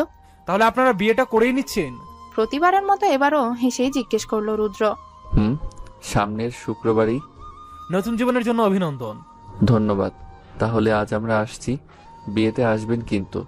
অবশ্যই। আকাশ আর আরশি উঠে চলে যেতে লাগে। রুদ্র তাদের গেট পর্যন্ত এগিয়ে দিয়ে এসেছে। সোফায় বসে বিয়ের কার্ডটা দেখছে রুদ্র। কোথাও কি তার একটা খারাপ লাগা কাজ করছে? হ্যাঁ, রুদ্রের একটু হলেও খারাপ লাগছে। তার কারণ হলো আরশি। আরশির সাথে রুদ্রের খুব বেশি কথা বা দেখা না হলেও যতবার দেখা হয়েছে তাতেই সে আরশির ব্যবহার দেখে একটু হলেও তার প্রতি আকর্ষণ অনুভব করেছে। হয়তো সেই আকর্ষণের জন্যই তার খারাপ লাগছে। রুদ্রের বাড়ি থেকে বের হয়ে আকাশ গাড়ি নিয়ে সোজা শপিং মলে এসেছে। এখানে কেন? বিয়ের জন্য যা কেনার কিনে নাও। বের যখন হয়েছি তখন একেবারেই সব কাজ শেষ করে যাওয়া বেটার। আর সময়ও তো বেশি নেই। তুমি যাও, আমি গাড়ি পার্ক করে আসছি। আরশি গাড়ি থেকে বের হয়ে নিচে দাঁড়িয়ে আকাশের জন্যই অপেক্ষা করতে লাগলো। কি হলো, তুমি এখনো যাওনি? আপনার জন্য অপেক্ষা করছিলাম, চলুন। আকাশ আরশিকে নিয়ে প্রথমে একটা শাড়ির দোকানে গেল। আকাশ দোকানদারকে দামি কিছু দেখাতে বললে আরশি বারণ করে দিল। তার মতে এত টাকা খরচ করার কোনো দরকার নেই। এত দাম দিয়ে কিনলে সেটা শুধু একদিনই পরা হবে, শুধু শুধু সেটা আলমারিতে থেকে নষ্ট হবে। আরুষির কথা শুনে আকাশও আর কিচ্ছু বলল না। সে আরুষিকে তার পছন্দ মতো কেনার সুযোগ করে দিল। যেহেতু সেই পড়বে, তাই সে যেটাতে কমফোর্টেবল সেটাই কিনুক। আরুষি মাঝারি দামে সুন্দর দেখতে 3টে শাড়ি নিল। এরপর তারা ছোট্ট বাচ্চাদের দোকানে গিয়ে আহিরের জন্য কিছু কিনলো। সর্বশেষ বের হওয়ার আগে আকাশ 2টো পাঞ্জাবি নিল। কিছু খাবে? না, সকালে খেয়েছি তো, বেশি সময় হয়নি। আচ্ছা, তাহলে চলো বাসায় যাওয়া যাক। আকাশ গাড়িটা রাস্তার ওপারে পার্ক করেছিল। তারা যখন রাস্তা পার হবে তখনই হুট করেই একটা গাড়ি দ্রুত গতিতে তাদের সামনে দিয়ে চলে গেল। আরুষি ভয় পেয়ে পেছনে যেতেই আকাশের বুকে গিয়ে ঠেকলো। আকাশ 2 হাতে তাকেই ধরলো। আরুষি, তুমি ঠিক আছো? একটা শুকনো ঢোক গিলে উত্তর দিল আরুষি। আজকালকার গাড়ি চালকেরাও না, এরা পাবলিক রাস্তাটাকে নিজেদের সম্পত্তি মনে করে গাড়ি চালায়। চালানোর সময় আশেপাশে দেখে না। আকাশ আরুষির হাত ধরে রাস্তা পার হলো। গাড়িতে বসে আরুষিকে পানি খেতে দিল আকাশ। এখন ঠিক আছো? ভয় পেয়েছিলে বুঝি? একটু। আকাশ আর কিচ্ছু বলল না, শুধু একটা দীর্ঘশ্বাস নিয়ে গাড়ি স্টার্ট দিল। আরুষি বাসায় এসে প্রথমে ফ্রেশ হয়ে তারপর আহিরকে তার জামাগুলো পরিয়ে দেখলো ঠিক আছে কিনা। আহির তো নতুন জামা দেখে লাফালাফি না করলেও তার হাবভাব দেখে আরুষি ঠিকই বুঝতে পেরেছে সে খুশি। আরুষি হেসেই একটা শাড়ির প্যাকেট নিজের কাছে রেখে আর বাকি 2টো নিয়ে রুম থেকে বের হলো। ইলার রুমের সামনে দাঁড়িয়ে আরুষি হাত কচলাচ্ছে। ইলার সাথে তার খুব বেশি কথা হয়নি। আসলে ইলাই কথা বলতে চায়নি, আর আরুষিও তাতে খুশিই ছিল, কারণ ইলা যখনই কথা বলতো সব সময় তাকে অপমান করার মতোই কথা বলতো, যার কারণে আরুষিও তার থেকে দূরত্ব বজায় রাখার চেষ্টা করে। আসবো। এসো। আরুষি দরজা ঠেলে ধীর পায়ে ভেতরে ঢুকলো। কেন এসেছো? মিহিন গলায় জিজ্ঞেস করলো ইলা। আরুষি অবাক হলো না খুব একটা, কারণ তার মনে হচ্ছে ইলার সাথে করা কাজটার জন্য এই তো স্বাভাবিক। আরুষি একটা প্যাকেট ইলার দিকে এগিয়ে দিয়ে বলল, এখানে একটা শাড়ি আছে, বিয়ের দিন আপনার পরার জন্য এনেছি, এটা নিলে আমার ভালো লাগবে। ইলা হেসে আরুষির থেকে শাড়িটা নিল। তুমি আসলে অনেক ভালো। আকাশ ভুল কাউকে পছন্দ করেনি। আসলে কি বলতো, আমি না একটু বেশি আশা করে ফেলেছিলাম। দেখো, আমার ভাগ্যটাই খারাপ। সব থেকেও যেটা চেয়েছি সেটা পেলাম না, কিন্তু তোমার কাছে কিচ্ছু নেই, তাও তুমি সেটাই পেয়ে গেলে। যা, কি আর করার। ইলার কথা শুনে আরুষির মন খারাপ হয়ে গেল। সে মাথা নিচু করে রুম থেকে বেরিয়ে গেল। আচ্ছা, আমি কি বিয়েতে রাজি হয়ে ইলার সাথে অন্যায় করলাম না তো? আমি ভুল করছি না তো? মনে মনে ভাবলো আরুষি। আরুষির বেরিয়ে যেতে ইলা দরজাটা বন্ধ করে দিল। আজ তো তুমি বেঁচে গেলে আরুষি, কিন্তু এরপর আর বাঁচার কোনো চান্স নেই। আমি দেব না। তুমি কি ভেবেছ আমি খুব কষ্ট পেয়েছি? কষ্ট মাই ফুট। ওকে বিয়ে করলেও 2 দিন পর ঠিকই ছেড়ে দিতাম। আমার উদ্দেশ্য তো অন্য কিছু, আর আমি আর আমার জিনিস ঠিক হাসিল করে নিতে জানি। প্যাকেটটা থেকে শাড়িটা বের করে মাটিতে ছুঁড়ে মারলো। 2 টাকার দামের এই শাড়ি আমাকে দিয়েছে পরার জন্য। ইলা শাড়িটা পায়ের পিছে দাঁতে দাঁত চেপে বলল, এই শাড়ির মতোই আমি তোমাদের পিষে ফেলবো, একদম গুড়িয়ে দিব। আরুষি আরেকটা শাড়ির প্যাকেট নিয়ে মিসেস সামিরার রুমের সামনে এসে নক করলো। কে? গম্ভীরভাবে জিজ্ঞেস করলেন তিনি। আমি আরুষি। তুমি এখানে কি করছো? যাও এখান থেকে। কিন্তু আরুষি গেল না। সে দরজাটা ঠেলে ভেতরে প্রবেশ করলো। তোমাকে না বলেছি চলে যেতে, তাও কেন এসেছো? এই শাড়িটা আমি আপনার জন্য এনেছিলাম, যদি নিতে তাহলে আমার ভালো লাগতো, আর স্যারও খুশি হবেন। আমি তোমার দেওয়া কোনো জিনিস নিব না, নিয়ে যাও এটা। তুমি কি ভেবেছো এসব শাড়ি দিয়ে তুমি আমার মন জয় করে নিবে? ভুলেও এটা ভেবো না। আমি এত সহজে গলে যাওয়ার মানুষ নই। তুমি কি ভেবেছো আমি বুঝি না তোমার মতলব কি? সব টাকা আর আকাশের নাম দেখে করছো, তাকে আমি বুঝি না বুঝেছো? ওই ছেলে তো আমার ছেলেটার জীবন নষ্ট করলো, এখন তুমিও করবে? বুঝবে বুঝবে যেদিন এই মেয়ে আর ওই ছেলে ওকে পেছন থেকে ছুরি মারবে, সেদিন বুঝবে মা ঠিকই বলেছিল। আরুষি মিসেস সামিরার কথার কোনো উত্তর না দিয়ে শাড়িটা টেবিলে রেখে বেরিয়ে গেল। বিকেলবেলা অভ্র এসেছে বাড়িতে। আকাশই তাকে ফোন করে আসতে বলেছে। আরুষির হাতে একটা প্যাকেট নিয়ে নিচে নেমে এসে দেখলো আকাশ আর অভ্র কি যেন কথা বলছে, কিন্তু আরুষিকে দেখে তারা চুপ হয়ে গেল। এই নিন ভাইয়া, এটা আপনার জন্য। কি এটা? আমি জানি না, স্যার এনেছে। প্যাকেটটা নিতে নিতে অভ্র বলল, বাহ, কিছুদিন পর বিয়ে আর এখনো স্যার, গুড। শোনো অভ্র, বিয়ের দিন তুই কিন্তু এটা পরে আসবি। একদম চিন্তা করবি না, আমার বস কম, বন্ধুর বিয়ে, আর আমি তার কথা রাখবো না, তা হয় নাকি? সো নো চিন্তা। আচ্ছা, তাহলে আমি আসছি এখন। এ কি ভাইয়া, এক্ষুনি চলে যাবেন? মাত্রই তো এলেন। আমার কিছু কাজ আছে আপু, আর সামনে আপনাদের বিয়ে, আমারও কত দায়িত্ব আছে তো নাকি। আকাশ, আমি আসছি তাহলে। আচ্ছা, সাবধানে যাস, আর কি বলেছি মনে রাখিস। চিন্তা করিস না। অভ্র চলে যেতে নিলেও কি মনে করে যেন পিছন ফিরে তাকালো। ইলা দাঁড়িয়ে আছে উপরে। অভ্র ইলার দিকে তাকিয়ে হালকা হেসে চলে গেল। অল্প কয়েকজন মানুষের উপস্থিতিতেই আকাশ আর আরুষির বিয়েটা সম্পন্ন হয়ে গেল। বিয়ের পুরোটা সময় আহির চুপটি করেই আরুষির পাশে তার শাড়ির আঁচল ধরেই বসেছিল। বিয়েতে মিসেস সামিরা উপস্থিত ছিলেন না। আকাশ অনেকবার ডেকে ওনাকে নিচে আনতে পারেননি, তবে ইলা ছিল। আরুষি ইলাকে দেখে বেশ অস্বস্তি বোধ করছিল এবং অনুতাপও বোধ করছিল। তার মধ্যে এই ভেবে যে ইলার হয়তো আকাশের বিয়ে দেখে কষ্ট হচ্ছে। অভ্রকে দেখে আরুষি আজ আরো বেশি মুগ্ধ হয়ে গেছে। অভ্রের প্রতি তার শ্রদ্ধাবোধ আরো বেড়ে গেছে। অভ্র কি সুন্দর সব দিকে ম্যানেজ করছে, যেন তার নিজের ভাইয়ের বিয়ে হচ্ছে। বিয়েতে রুদ্রকে দেখেনি আরুষি, হয়তো সে আসেনি। আরুষি শাড়ি বদলে মাত্রই রুম থেকে বের হয়েছে, তখনই কেউ তার দরজায় নক করলো। দরজা খুলে অভ্রকে দেখে হালকা হাসলো আরুষি। ভাবি, আপনি এখানে? আমি তো এখানেই থাকি ভাইয়া। না না, এখন আপনার বিয়ে হয়ে গিয়েছে, সো এখন থেকে আপনি আকাশের রুমেই থাকবেন। কোনো কথা নয়, চলুন। অভ্র আরুষি জোর করে আকাশের রুমে নিয়ে গেল। আহির তখন সেখানেই ছিল। আরুষিকে দেখে সে বিছানা থেকে নেমে তাকে জড়িয়ে ধরলো। আহিরকে আমি নিয়ে যাচ্ছি ভাবি, আজ সে আমার সাথেই থাকবে। চলো আহির, আজকে তুমি আর আমি মুভি দেখব। অভ্রের কথা শুনে আহির দ্বিমত করলো না, কারণ তার সাথে আহিরের বন্ডিং ভালো। তাই আহির ভালো ছেলের মতো তার সাথে চলে গেল। আরুষিও আটকালো না। যেখানে আহিরের কোনো সমস্যা নেই সেখানে তার না আটকানোটাই ভালো। আরুষি এবার ঘরটাতে চোখ বুলালো। না, ঘরটা অন্যদিকের মতোই, বিশেষ কিছু নেই। আরুষির ধীর পায়ে বারান্দায় এসে দাঁড়ালো। প্রতিটা মেয়ের বিয়েতে তার বাবা মা উপস্থিত থাকে, কত আয়োজন করে তারা। মেয়ের বিয়ে নিয়ে তাদের কত আনন্দ, কিন্তু আরুষির কপালটাই খারাপ। তার বিয়েতে মা বাবা তো দূরে থাক, নিজের আপন পরিচিত তো কেউ ছিল না। বাবা মা, তোমরা কেন আমাকে ফেলে চলে গেলে? বলো, কেন আমাকে অনাথ আশ্রমে রেখে এলে? তোমরা কি আদৌ বেঁচে, নাকি কোনো কারণে আমাকে ফেলে চলে গিয়েছো? যদি বেঁচে থাকো তাহলে কেন আমাকে অনাথ আশ্রমে রেখে এলে?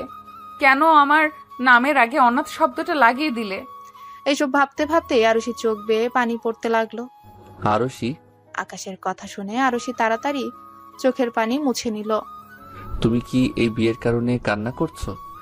না না, আসলে বাবা মায়ের কথা মনে পড়ছিল। আরুষির কথা শুনে আকাশ স্বস্তির নিঃশ্বাস নিল।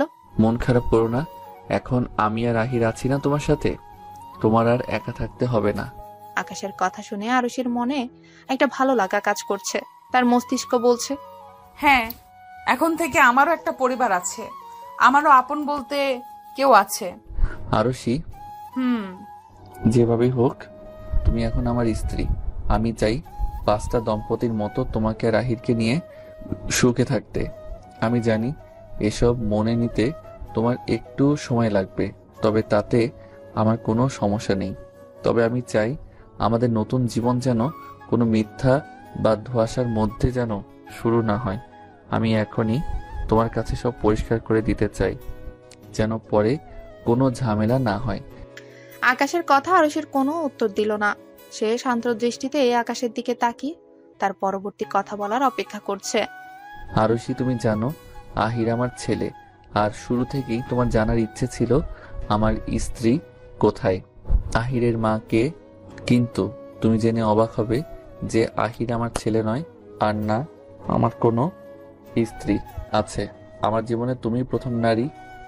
আকাশ কথাগুলো বলে আরুষির দিকে তাকালো, কিন্তু আরুষির হাবভাব দেখে আকাশ একটু অবাকই হলো, কারণ আরুষির মুখে হাসি লেগে আছে। আকাশের মনে কি চলছে আরুষি ঠিকই সেটা বুঝতে পেরেছে। সে হেসেই বলল, স্যার, আপনি হয়তো না না আপনি একটা বিষয় খেয়াল করেননি। আমি কিন্তু বিয়ে নিয়ে কোনো প্রশ্ন আপনাকে করিনি। আমি বিয়ের আগে এটা কিন্তু একবারও জানতে চাইনি আপনার স্ত্রী থাকা সত্ত্বেও কেন আপনি বিয়ে করেছেন, কেন আহিরের মাকে ছেড়ে অন্য কাউকে বিয়ে করছেন। এর কারণ কি জানেন?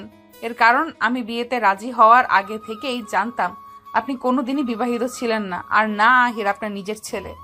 আরুষির কথা শুনে আকাশের পায়ের নিচের মাটি কেঁপে উঠল। তার মানে তুমি? আমি আগে থেকেই জানতাম। সেদিন আমি আপনার আর ম্যাডামের সব কথা শুনেছিলাম। আপনি জানেন কেন আমি বিয়েতে রাজি হয়েছি? মানুষ হয়তো ভাবছে আপনার টাকা আর নাম দেখে এক বাচ্চার বাবাকে আমি বিয়ে করছি, কিন্তু আমি তো জানি সত্যিটা। আপনার আমাকে বিয়ে করার মূল কারণ যেমন আহির, আমারও ঠিক তাই। জানেন তো আমি অনাথ, বাবা মায়ের ভালোবাসা তো কি তা জানি না। আমার আপন বলতে কেউ ছিল না। আমি খেয়েছি কিনা, আমি ভালো আছি কিনা তা জানার জন্য কেউ ছিল না আমার। আহিরের সত্যিটা জানার পর আমার সর্বপ্রথম নিজের কষ্টের একাকিত্বের কথাগুলো মনে পড়েছিল। এই কয়েক মাসে আহিরকে আমি বেশ আপন করে নিয়েছি, আর আহিরও আমাকে নিজের কাছে কেউ মনে করে। আমি চাইনি আহিরও আমার মতো কষ্ট পেয়ে বড় হোক, তাই আমিও আপনাকে বিয়ে করতে রাজি হয়ে গিয়েছি। কথা শেষ করেই আরুষি পেছন ফিরে আকাশের দিকে তাকালো। আরুষি তাকাতে আকাশ তাকে জড়িয়ে ধরলো। আমি ভুল মানুষকে বিশ্বাস করিনি। আমি জানতাম তুমি আমার আহিরের কোনো কষ্ট হতে দেবে না। এখন থেকে আর মন খারাপ করবে না তুমি। তুমি আমার আহিরের ভালো থাকার কারণ, আর আমি তোমাকে কোনো কষ্ট পেতে দেব না। এখন থেকে আমি আর আহির তোমার খুব করে খেয়াল রাখবো। আকাশের কথা শুনে আরুষির চোখ বেয়ে পানি পড়তে লাগলো। স্যার, আপনাকে একটা কথা জিজ্ঞেস করব? করো। আহির আপনার ছেলে না হলে সে কার ছেলে? আর কেনই বা আপনি তাকে নিজের ছেলে বলে পরিচয় দিচ্ছেন? আরুষিকে নিজের বুক থেকে সরিয়ে রেলিং এর কাছে গিয়ে আকাশ বলতে শুরু করলো। 6-7 বছর আগের কথা। তখন আমি বিজনেস শুরু করেছি, কিছু মাস হবে। এক বৃষ্টির রাতে বাড়ি ফেরার সময় অসাবধানতার কারণে রাস্তায় আমি একজনের অ্যাক্সিডেন্ট করিয়ে দিই, যিনি 9 মাসের প্রেগনেন্ট ছিলেন। অ্যাক্সিডেন্টের কারণে সেই দিনই ওনার ডেলিভারি করাতে হয়। আর আহির এই পৃথিবীর আলো দেখেছে। জানো, আহিরকে সর্বপ্রথম কোলে আমি নিয়েছিলাম। পরে আপুটার সাথে কথা বলে জানতে পারি ওনার স্বামী আর্মিতে জব করত। একটা মিশনে উনি মারা যান। স্বামী মারা যাওয়ার পর শ্বশুরবাড়ির কেউ ওনাকে রাখেননি, আর না বাবার বাড়ির কেউ। শহরে একটা জায়গায় উনি কাজ করতেন। আপুর কেন যেন মনে হচ্ছিল উনি আর বেশিক্ষণ বাঁচবেন না। ওনার সাথে যখন শেষবার কথা হয়েছিল, উনি আমার কাছে বারবার অনুরোধ করেছিলেন আমি যেন আহিরের খেয়াল রাখি, পারলে যেন ওকে একটা ভালো অনাথ আশ্রমে রেখে আসি। পরের দিনই আপু মারা যান। আহির প্রথম কয়েকদিন হসপিটালে ছিল। মাকে বিষয়টা বলার পর মা একটু আফসোস করেছিল আর বলেছিল তাকে অনাথ আশ্রমে রেখে আসতে। আমিও তাই ভেবেছিলাম, কিন্তু আমার মন তা মানতে চাইছিল না। আমার মন বারবার আমাকে বলছিল আমার জন্য আহির নিজের মাকে হারিয়েছে। তার মায়ের মৃত্যুর জন্য আমি দায়ী।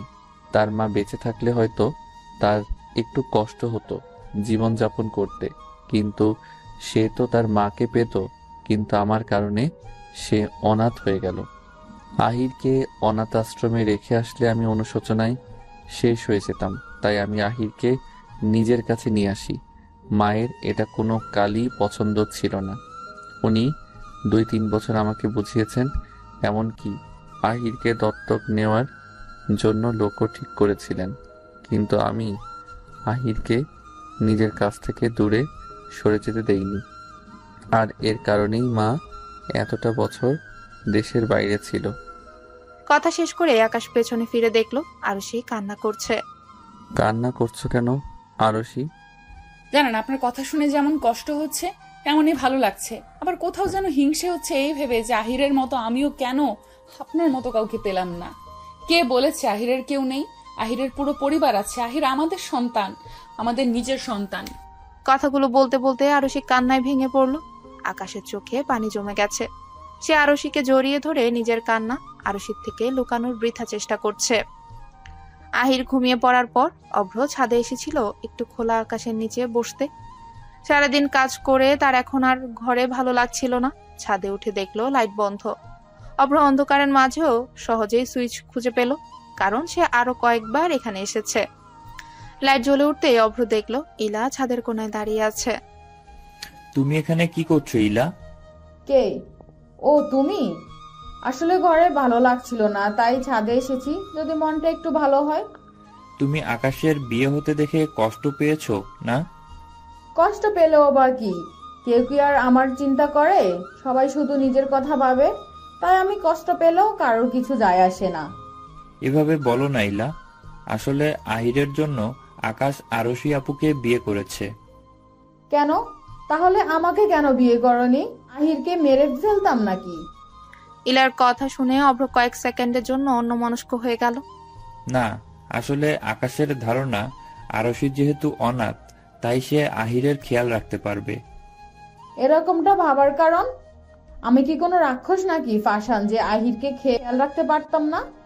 সেরকম কিছু না ইলা, আসলে আহিরের আরশির সাথে অনেক ভালো বন্ডিং হয়ে গিয়েছে, আর সেটা দেখে আকাশের মনে হয়েছে আহিরকে যদি ভালো রাখতে পারে তাহলে সেটা হবে আরশি। আচ্ছা অব্র, একটা কথা বলো তো, আকাশের প্রথম স্ত্রী কি মারা গিয়েছে? আকাশের প্রথম স্ত্রীর নাম কি?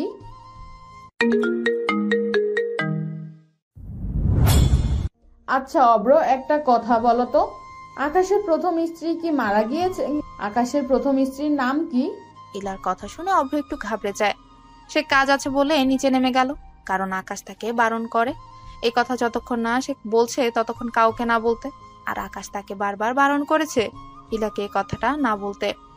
অভ্রের এভাবে চলে যাওয়াতে ইলা একটু অবাক হলেও পরক্ষণে সেটা মাথা থেকে ঝেড়ে ফেলল। পরের দিন সকালে আরশির ডাকে ঘুমের থেকে জেগে উঠল আকাশ। ঘুমু ঘুমু চোখে সে শোয়া থেকে উঠে বসলো। একটু ঘুম কেটে যেতেই সে বুঝতে পারলো কেউ তাকে ডাকছে। ঘাড় ঘুরিয়ে বাম পাশে দাঁড়িয়ে থাকা আরশিকে দেখে তার পুরো ঘুম উবে গেল। সাধারণ বেগুনি রঙের শাড়ি পরেছে আরশি, চুলগুলো আধ ভেজা। আরশিকে বিয়ের দিন বাদে আজ প্রথম শাড়িতে পরতে দেখেছে আকাশ। শাড়িতে আরশিকে তার কাছে বেশ ভালোই লাগছে। হঠাৎ শাড়ি পরলে যে? বিছানা থেকে নামতে নামতে জিজ্ঞেস করলো আকাশ। বিয়ের পর তো সবাই শাড়ি পরে, তাই আমিও পরেছি। কাবার থেকে জামা বের করে আরশির দিকে তাকিয়ে বলল, বিয়ে হয়েছে বলেই যে শাড়ি পরতে হবে এটা কোন রীতি বা বাধ্যকতা নয় আরশি। তোমার শাড়িতে অসুবিধা হলে তুমি নর্মাল আগের মতোই জামা পরতে পারো। আকাশের কথা শুনে আরশি হালকা হেসে আবারও বিছানা গোছাতে লাগলো। আকাশ ওয়াশরুমে ঢুকে দরজা বন্ধ করবে, কিন্তু পরক্ষণেই সে দরজার ফাঁক দিয়ে মাথা বের করে আরশিকে বলল, কিন্তু চাই বলো, শাড়িতে কিন্তু তোমাকে বেশ ভালোই লাগছে। অসুবিধা না হলে শাড়ি পরো, আর পরতে যদি অসুবিধা হয় তাহলে আমাকে বলো। তোমার বিবাহিত স্বামী থাকতে তোমাকে কষ্ট করতে হবে না। কথাগুলো বলেই দুম করে দরজাটা বন্ধ করে দিল আকাশ। আকাশের কথা ঠিক মতো বুঝতে তার একটু সময় লাগলো, তবে ঠিক মতো বোঝার পর আরশি আবারও হাসলো। খাবার টেবিলে বসে আছে আকাশ আর আহির। আরশি তাদের খাবার বেড়ে দিচ্ছে। আজ আরশি সব খাবার নিজে বানিয়েছে। গুড মর্নিং আকাশ। টেবিলে বসতে বসতেই বলল ইলা। ইলার হঠাৎ এই ধরনের পরিবর্তন দেখে আকাশ একটু অবাক হলো, হয়তো কারণ ইলা আজ পর্যন্ত খুবই কম তাকে আকাশ বলে সম্বোধন করেছে। তবে আরশি এত সব খেয়াল করলো না। সে হাসি মুখে ইলাকেও খাবার বেড়ে দিল। নতুন জীবনের জন্য শুভকামনা আরশি, দোয়া করি যেন তোমরা সুখে থাকো, তবুও একটা সাবধানে থাকো, বলা তো যায় না কখন কি হয়। খেতে খেতেই বলল ইলা। আরশি ইলার কথা এতটাও গুরুত্ব দিল না। এরই মধ্যে মিসেস সামিরা নিচে নেমে এলেন। আরে মা, তুমি এসেছো, আমি তো এখনই তোমার কাছে যেতাম। আরশি খেয়াল করে দেখলো মিসেস সামিরার হাতে ওনার লাগেজ। আরশি আকাশের দিকে তাকিয়ে চোখের ইশারায় সেটা তাকে দেখালো। যেহেতু আকাশ টেবিলে বসেছিল তাই প্রথমে সে এটা খেয়াল করেনি। মা, তোমার হাতে লাগেজ কেন? আমি চলে যাচ্ছি। চলে যাচ্ছি মানে? কোথায় যাচ্ছ? আমি আবারও এলভিতে চলে যাচ্ছি। তোমার কাছে আমার না কোনো গুরুত্ব আছে আর না আমার কথার। আর এখন তো এই বাড়িতে অন্য কারো রাজত্ব চলবে, তাই আমার এখানে না থাকাটাই ভালো। মা, তুমি এসব কি বলছো? আমার কাছে তোমার কোনো গুরুত্ব নেই, এটা তোমাকে কে বলেছে? কাউকে বলার প্রয়োজন নেই আকাশ, আমি নিজের চোখেই তা দেখেছি। আর যদি গুরুত্ব থাকতো তাহলে তুমি আমার কথা শুনতে নাকি নিজের ইচ্ছে মতো চলতে। আমি চলে যাচ্ছি, ভুলেও আমাকে দেশে ফেরার কথা বলবে না। যেদিন তুমি আমার কথা শুনবে সেই দিনই আমি দেশে ফিরে আসব, আর তা না হলে আমার লাশও এই দেশে আনবে না তুমি। কথাগুলো বলে এই ধূপধাপ পা ফেলে মিসেস সামিরা চলে গেলেন। আকাশও ওনার পেছন পেছন গেলেন, কিন্তু না, উনি থামলেন না। আকাশ হতাশ হয়ে আবারও টেবিলে এসে বসলো। আরুষি আকাশের পাশে এসে তার কাঁধে হাত রাখলো। চিন্তা করবেন না, ম্যাডাম ঠিক মেনে নেবে। নেবে না আরশি, তোমাকে তো বলেছিলাম। মনের জোর হারাবেন না, বিশ্বাস রাখুন। উনি এখন একটু অভিমান করেছেন কারণ আপনি ওনার কথা রাখেননি, আর এটা স্বাভাবিক। চিন্তা করবেন না, কিছুদিন যাক, আমি না হয় ওনার সাথে কথা বলে বোঝাবো। আকাশ আরুষির কথা শুনে একটা দীর্ঘশ্বাস ফেলে আবারও খেতে শুরু করলো। এদিকে এসব দেখে মনে মনে হাসছে ইলা। যাক, একটা আপদ বিদায় হলো এই বাড়ি থেকে। এবার আমার কাজ করা আরো সহজ হয়। আন্টি তো চলে গেল, কিন্তু আমি তো সহজে এ বাড়ি ছেড়ে যাচ্ছি না। মনে মনে ভাবলো ইলা। আমার খাওয়া হয়ে গিয়েছে, আমার একটু কাজ আছে, তাই বাইরে যাচ্ছি। সন্ধ্যার মধ্যে ফিরে আসবো। বাই আরুষি, বাই আকাশ। ইলা নিজের ফোন আর পার্স নিয়ে বেরিয়ে পড়লো। আরুষি আহিরের খাওয়া শেষ হলে তাকে উপরে নিয়ে গেল স্কুলের জন্য তৈরি করিয়ে দিতে। সবাই চলে যাওয়ার পর আকাশ ফোনে কিছু একটা করলো, তারপর আবারও খাবায় মনোযোগ দিল। তোমার সাথে না সকালে দেখা করলাম, তাহলে এখন আবার ফোন কেন দিয়েছ? কারণ আমার তোমার সাথে জরুরি কথা বলার ছিল। কি কথা? তোমার প্ল্যান আমার কাছে ঠিক মনে হচ্ছে না। তোমার কি আমার উপর ভরসা নেই? আরে না, আমি সেটা বলছি না, কিন্তু আমার মনে হচ্ছে না এতে কাজ হবে। তুমি জানো না, আকাশ যতটা নিজেকে সাদাসিধা দেখায়, আসলে সে ওরকম না। ও অনেক বুদ্ধিমান। যদি কোনোভাবে তোমাকে ধরে ফেলে, তখন আমাদের সব শেষ হয়ে যাবে। আরে দূর, তুমিও না শুধু বেশি চিন্তা করো। আকাশকে আমি চিনি, ও জীবনও আমাকে ধরতে পারবে না। আমি যে প্ল্যান করেছি সেটা ঠিকঠাক ভাবে হওয়ার শুধু একজনের উপর নির্ভর করে। যদি আমি তাকে ম্যানেজ করতে পারি, তাহলে আমরা যা চাই তা খুব সহজেই পেয়ে যাব। আমি জানি না, আমি তোমাকে আগেই বলে দিছি, যদি তোমার প্ল্যানে কোনো ঝামেলা হয় তাতে আমি নেই। আরে শুনো, হ্যালো হ্যালো, দূর, ফোনটা কেটে গেল। ইলা। কারো কণ্ঠ শুনে চমকে উঠলো ইলা। কার সাথে কথা বলছিলে ইলা? আরুষি প্রশ্নে ইলা ঘাবড়ে গেল। ওই আসলে আমার ফ্রেন্ডের সাথে কথা বলছিলাম। তুমি কেন এসেছো, কিছু বলবে? রাতের খাবারের জন্য ডাকতে এসেছিলাম। তুমি কি নিচে যাবে নাকি আমি উপরে নিয়ে আসব? যদি কোনো সমস্যা না থাকে তাহলে উপরে নিয়ে এসো। আসলে আমার খুব ক্লান্ত লাগছে। আচ্ছা ঠিক আছে, তুমি একটু অপেক্ষা করো, আমি নিয়ে আসছি। উফ, জোর বাছা বেঁচে গেলাম। ভাগ্যিস কিছু শোনেনি, না হলে আমার সব প্ল্যান ফেল হয়ে যেত। কার জন্য খাবার নিয়ে যাচ্ছ আরশি? ইলার জন্য। উনি নাকি ক্লান্ত, তাই খাবার উপরে নিয়ে যেতে বলেছে। কি এমন কাজ করেছে যে ক্লান্ত সে? সারাদিন বাইরে ঘুরে নয়তো ঘরে বসে থাকে, সামান্য খাবারটা নিচে এসে খেয়ে যেতে পারছে না? বিরক্তি নিয়ে বলল আকাশ। আসতে বলুন স্যার, উনি আমাদের অতিথি, হয়তো উনি সত্যিই ক্লান্ত। একদিন ঘরে খাবার দিয়ে এলে কিছু হয় না। আর আহিরের সামনে এসব বলবেন না, সে এমনিতেই ইলাকে খুব একটা পছন্দ করে না। এইসব তার সামনে বললে ইলার ব্যাপারে তার মনে খারাপ ধারণা সৃষ্টি হবে। আমি চাই না আহির কারো সম্পর্কে খারাপ ধারণা নিয়ে বড় হোক। আরশি, কাউকে বেশি বিশ্বাস করো না, ঠকে যাবে। উফ, আপনিও না বেশি বেশি চিন্তা করেন। আপনিও তো আমাকে বিশ্বাস করেছেন, তাও বেশি। কোথায় আজ পর্যন্ত তো বললেন না আপনি ঠকেছেন। আপনি না একটু বেশি চিন্তা করেন। এখন খাবার খেয়ে নিন তো, আমি ইলাকে খাবার দিয়ে আসছি। সিঁড়ির কাছে দাঁড়িয়ে আহিরের জন্য অপেক্ষা করছে ইলা। অনেকদিন সে চুপচাপ ছিল, কারণ তখন কিছু করলেই আকাশ আর আরুষির সন্দেহ এমনিতেই ইলার উপর পড়তো। তাই সে কদিন কিছুই করেনি। তবে আজ সে ঠিক করে নিয়েছে তার কি করা উচিত। আহির নিচে নামছে দেখে ইলা তার হাতে থাকা মার্বেলগুলো নিচে ছড়িয়ে দিয়ে দূরে গিয়ে লুকিয়ে পড়ল। আহির প্রায় মাঝ সিঁড়ি পর্যন্ত চলে এসেছে। ইলা অপেক্ষা করছে কবে আহির নিচে নেমে আসবে। এরই মধ্যে ইলার ফোনটা বেজে উঠল। কি হলো, তুমি আবার ফোন দিয়েছো কেন? কেন মানে, এতদিন হয়ে গেল, এখন পর্যন্ত তুমি কিছু করলে না। তুমি কাজ করতে না পারলে বলে দাও, আমি অন্য কোনো ব্যবস্থা করছি। কে বলেছে আমি করিনি? আমি আমার কাজ অলরেডি শুরু করে দিয়েছি, এখন শুধু পা দেওয়ার পালা। তারপর বাকি কাজগুলো আমি আস্তে আস্তে করব। আমি একদম নীরবে তাদের জীবনে বিষ ছড়িয়ে দিব। সেই বিষের প্রভাবে কবে যে তাদের জীবন বিষাক্ত হয়ে উঠবে সেটা তারা নিজেরাও বুঝতে পারবে না। আরুষি চিৎকার শুনে ইলা চমকে গেল। সে তাড়াতাড়ি সিঁড়ির কাছে এসে দেখলো আরুষি নিচে বসে আছে। আরুষিকে এই অবস্থায় দেখে ইলা যা বোঝার তা বুঝতে পেরে গেছে। হুট করে আরুষির পড়ে যাওয়াতে আহির ভয় পেয়ে সিঁড়িতেই দাঁড়িয়ে পড়লো। আরুষির চিৎকার শুনে আকাশ আর শিলা তাড়াতাড়ি বেরিয়ে এলো। আরুষি, কি হয়েছে তোমার? পড়ে গেলে কিভাবে? জানি না, হয়তো শাড়ির সাথে লেগে পড়ে গিয়েছি। আমি তোমাকে বলেছিলাম শাড়ি সামলাতে না পারলে পড়ো না, কিন্তু তুমি কি আর আমার কথা শোনো? দেখলে তো এখন কি হলো। বকছেন কেন? ব্যথা তো মানুষই পায়, গাছপালা তো আর পড়ে গিয়ে ব্যথা পাবে না। বেশি কিছু হয়নি, এরকম আমি আরো কতবার পড়েছি। দেখতে পাচ্ছি কিছু হয়নি। আর তোমাকে কে বলেছে উঠে দাঁড়াতে? বেশি বোঝো তুমি।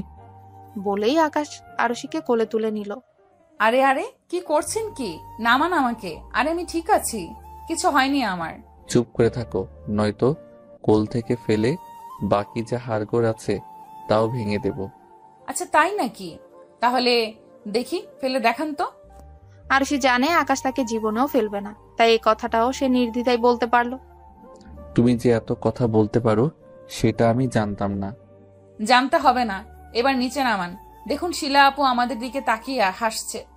আপনার কি লজ্জা নেই? লজ্জা কেন পাবো? আমি কি অন্যের বউকে কোলে নিয়েছি নাকি? নিজের বউকে কোলে নিতে আবার কিসের লজ্জা? শিলা, এখানে দাঁড়িয়ে না হেসে আরশির জন্য হট ওয়াটার ব্যাগ রেডি করো। আকাশ আরুষিকে কোলে নিয়ে উপরে চলে গেল। তাদের পেছন পেছন আহিরও গেল। Shit shit shit. আরুষি, ইলার রাগে এখন নিজের চুল ছিঁড়তে ইচ্ছে করছে। আমি কত সুন্দর প্ল্যান করেছিলাম যে আহির মার্বেলেরও পা দিয়ে পড়ে যাবে আর আমি তার দোষ আরুষির উপর দিয়ে দিব, আর এতে রেগে আকাশ আরুষির সাথে খারাপ ব্যবহার শুরু করবে আর আমিও সেটা সুযোগ নেব। কিন্তু এই আরুষির মাঝে দিয়ে সব উলটপালট করে দিল। আমাকে আবার নতুন কিছু ভাবতে হবে, কিন্তু তার আগে এই মার্বেলগুলো সরাতে হবে, কারো চোখে পড়লে সব বেচতে যাবে। ইলা তাড়াতাড়ি মাটি থেকে মার্বেলগুলো তুলে নিয়ে নিজের রুমে চলে গেল। ফেরি মাম্মা, তুমি ঠিক আছো? হ্যাঁ বাবু, আমি ঠিক আছি, আমার কিচ্ছু হয়নি, তুমি চিন্তা করো না। আহির, তোর মাম্মার কিছু হয়নি, তুই বরং বাইরে গিয়ে টিভি দেখো। আহির গুটি গুটি পায়ে নিচে চলে গেল। আকাশ আরুষির পায়ে হাত দিতে গেলে আরুষি সেই পাটা সরিয়ে নেয়। তখনই ব্যথায় মৃদু চিৎকার করে ওঠে। আকাশ বিরক্ত নিয়ে আরুষির পাটা নিজের হাঁটুর উপর রাখলো। এই জন্যই বলি পাকনামি একটু কম করো, বেশি পাকনামি শরীরের জন্য ভালো না। আস্তে স্যার, লাগছে আমার। আরে রাখো তো তোমার স্যার, কতবার বলেছি স্যার বলো না, কিন্তু না, মহারানী কি আমার কথা শুনবে? এইভাবে বকছেন কেন? মুখ ফুলিয়ে বলল আরুষি।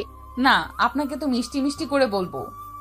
আকাশ উঠে ড্রয়ার থেকে ব্যথার মলম এনে সেটা আরুষির পায়ে লাগিয়ে দিতে লাগে। এসব কি করে হলো? একটু সাবধানে হাঁটতে পারো না? আমি তো সাবধানে ছিলাম, সিঁড়ির কাছে আসতেই হুট করে স্লিপ খেয়ে পড়ে গেলাম। হুট করে স্লিপ খেলে মানে? ওখানে কি পানি ছিল? কই, আমি তো পুরো শুকনো দেখলাম। জানি না, মনে হলো হয়তো শাড়ির সাথে পেঁচিয়ে পড়ে গিয়েছি। পা একদম নাড়াবে না। আর কোথাও কি লেগেছে? আকাশের কথা শুনে আরুষি কিছু বলতে চেয়েও বলতে পারছে না, যেটা আকাশ ঠিকই খেয়াল করেছে। কি হলো আরুষি, বলো। আপনি একটু শিলা আপুকে ডেকে দেবেন?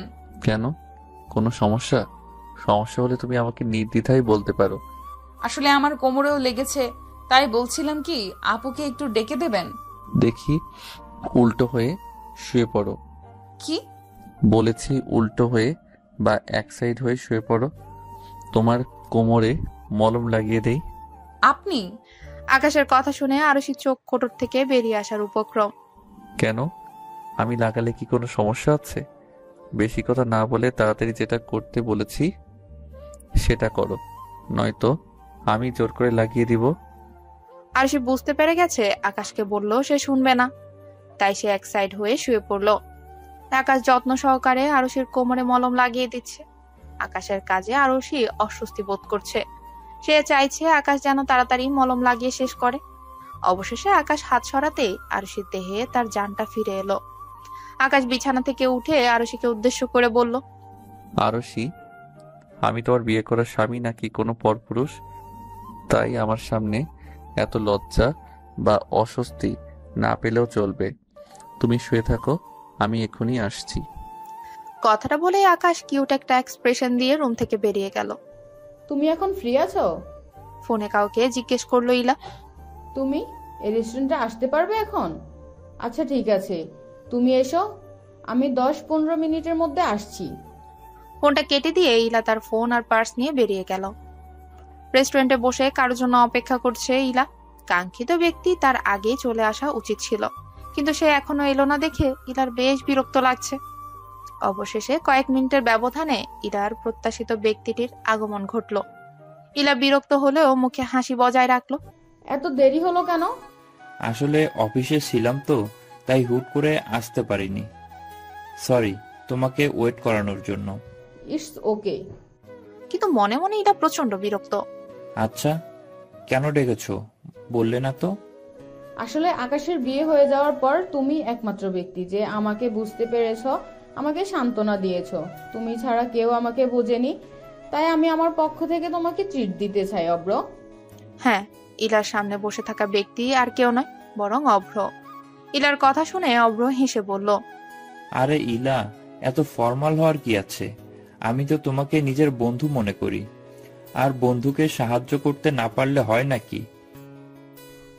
আচ্ছা চলো, আগে খাবার অর্ডার করো, তারপর না হয় বাকি কথাগুলো বলবো। ইলা জোরাজোরিতে অভ্র খাবার অর্ডার দিল।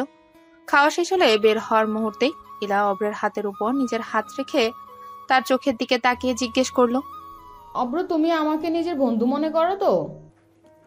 অবশ্যই। তাহলে আমার যখন তোমার প্রয়োজন হবে তুমি আমাকে সাহায্য করবে তো? কেন করব না, অবশ্যই করব। তুমি শুধু আমাকে বলবে তোমার কখন সাহায্য প্রয়োজন। প্রমিস? একদম। হুট করে ইলা অভ্রকে জড়িয়ে ধরলো। তুমি খুবই ভালো অব্র, আমি সত্যিই খুব লাকি যে তোমার মতো একজন বন্ধু পেয়েছি। অভ্র হালকা হেসে ইলাকে আলতোভাবে জড়িয়ে ধরলো। চারিদিকে অন্ধকার ঘনিয়ে এসেছে অনেক আগেই। রাতের খাবার সময় হয়ে গেছে। সকাল থেকে আকাশ আরশিকে ওয়াশরুমে যাওয়া ছাড়া এমনিতে এক পাও নিচে রাখতে দেয়নি। সারাদিন বিছানায় শুয়ে বসে প্রচুর বিরক্ত আরশি। সে আবারও মনে মনে আকাশকে বকতে লাগলো। কি ম্যাডাম, কি বিড়বিড় করছেন? আমাকে বকছেন বুঝি? সেটাই করছি। কেন কেন? আমি আবার কি এমন কাজ করলাম যে আপনি আমাকে বকছেন? কি করেননি সেটা বলুন। আজকে সারা দিন বিছানায় পুতুলের মতো বসিয়ে রেখেছেন। ও আচ্ছা, তাহলে এই কারণে মহারানী রাগ করেছে। আচ্ছা সমস্যা নেই, খাবারটা খেয়ে নাও, তারপর ভেবে দেখবো কি করা যায়। উপরে নিয়ে এলেন কেন? আমি তো নিচে গিয়েই খেতে পারতাম।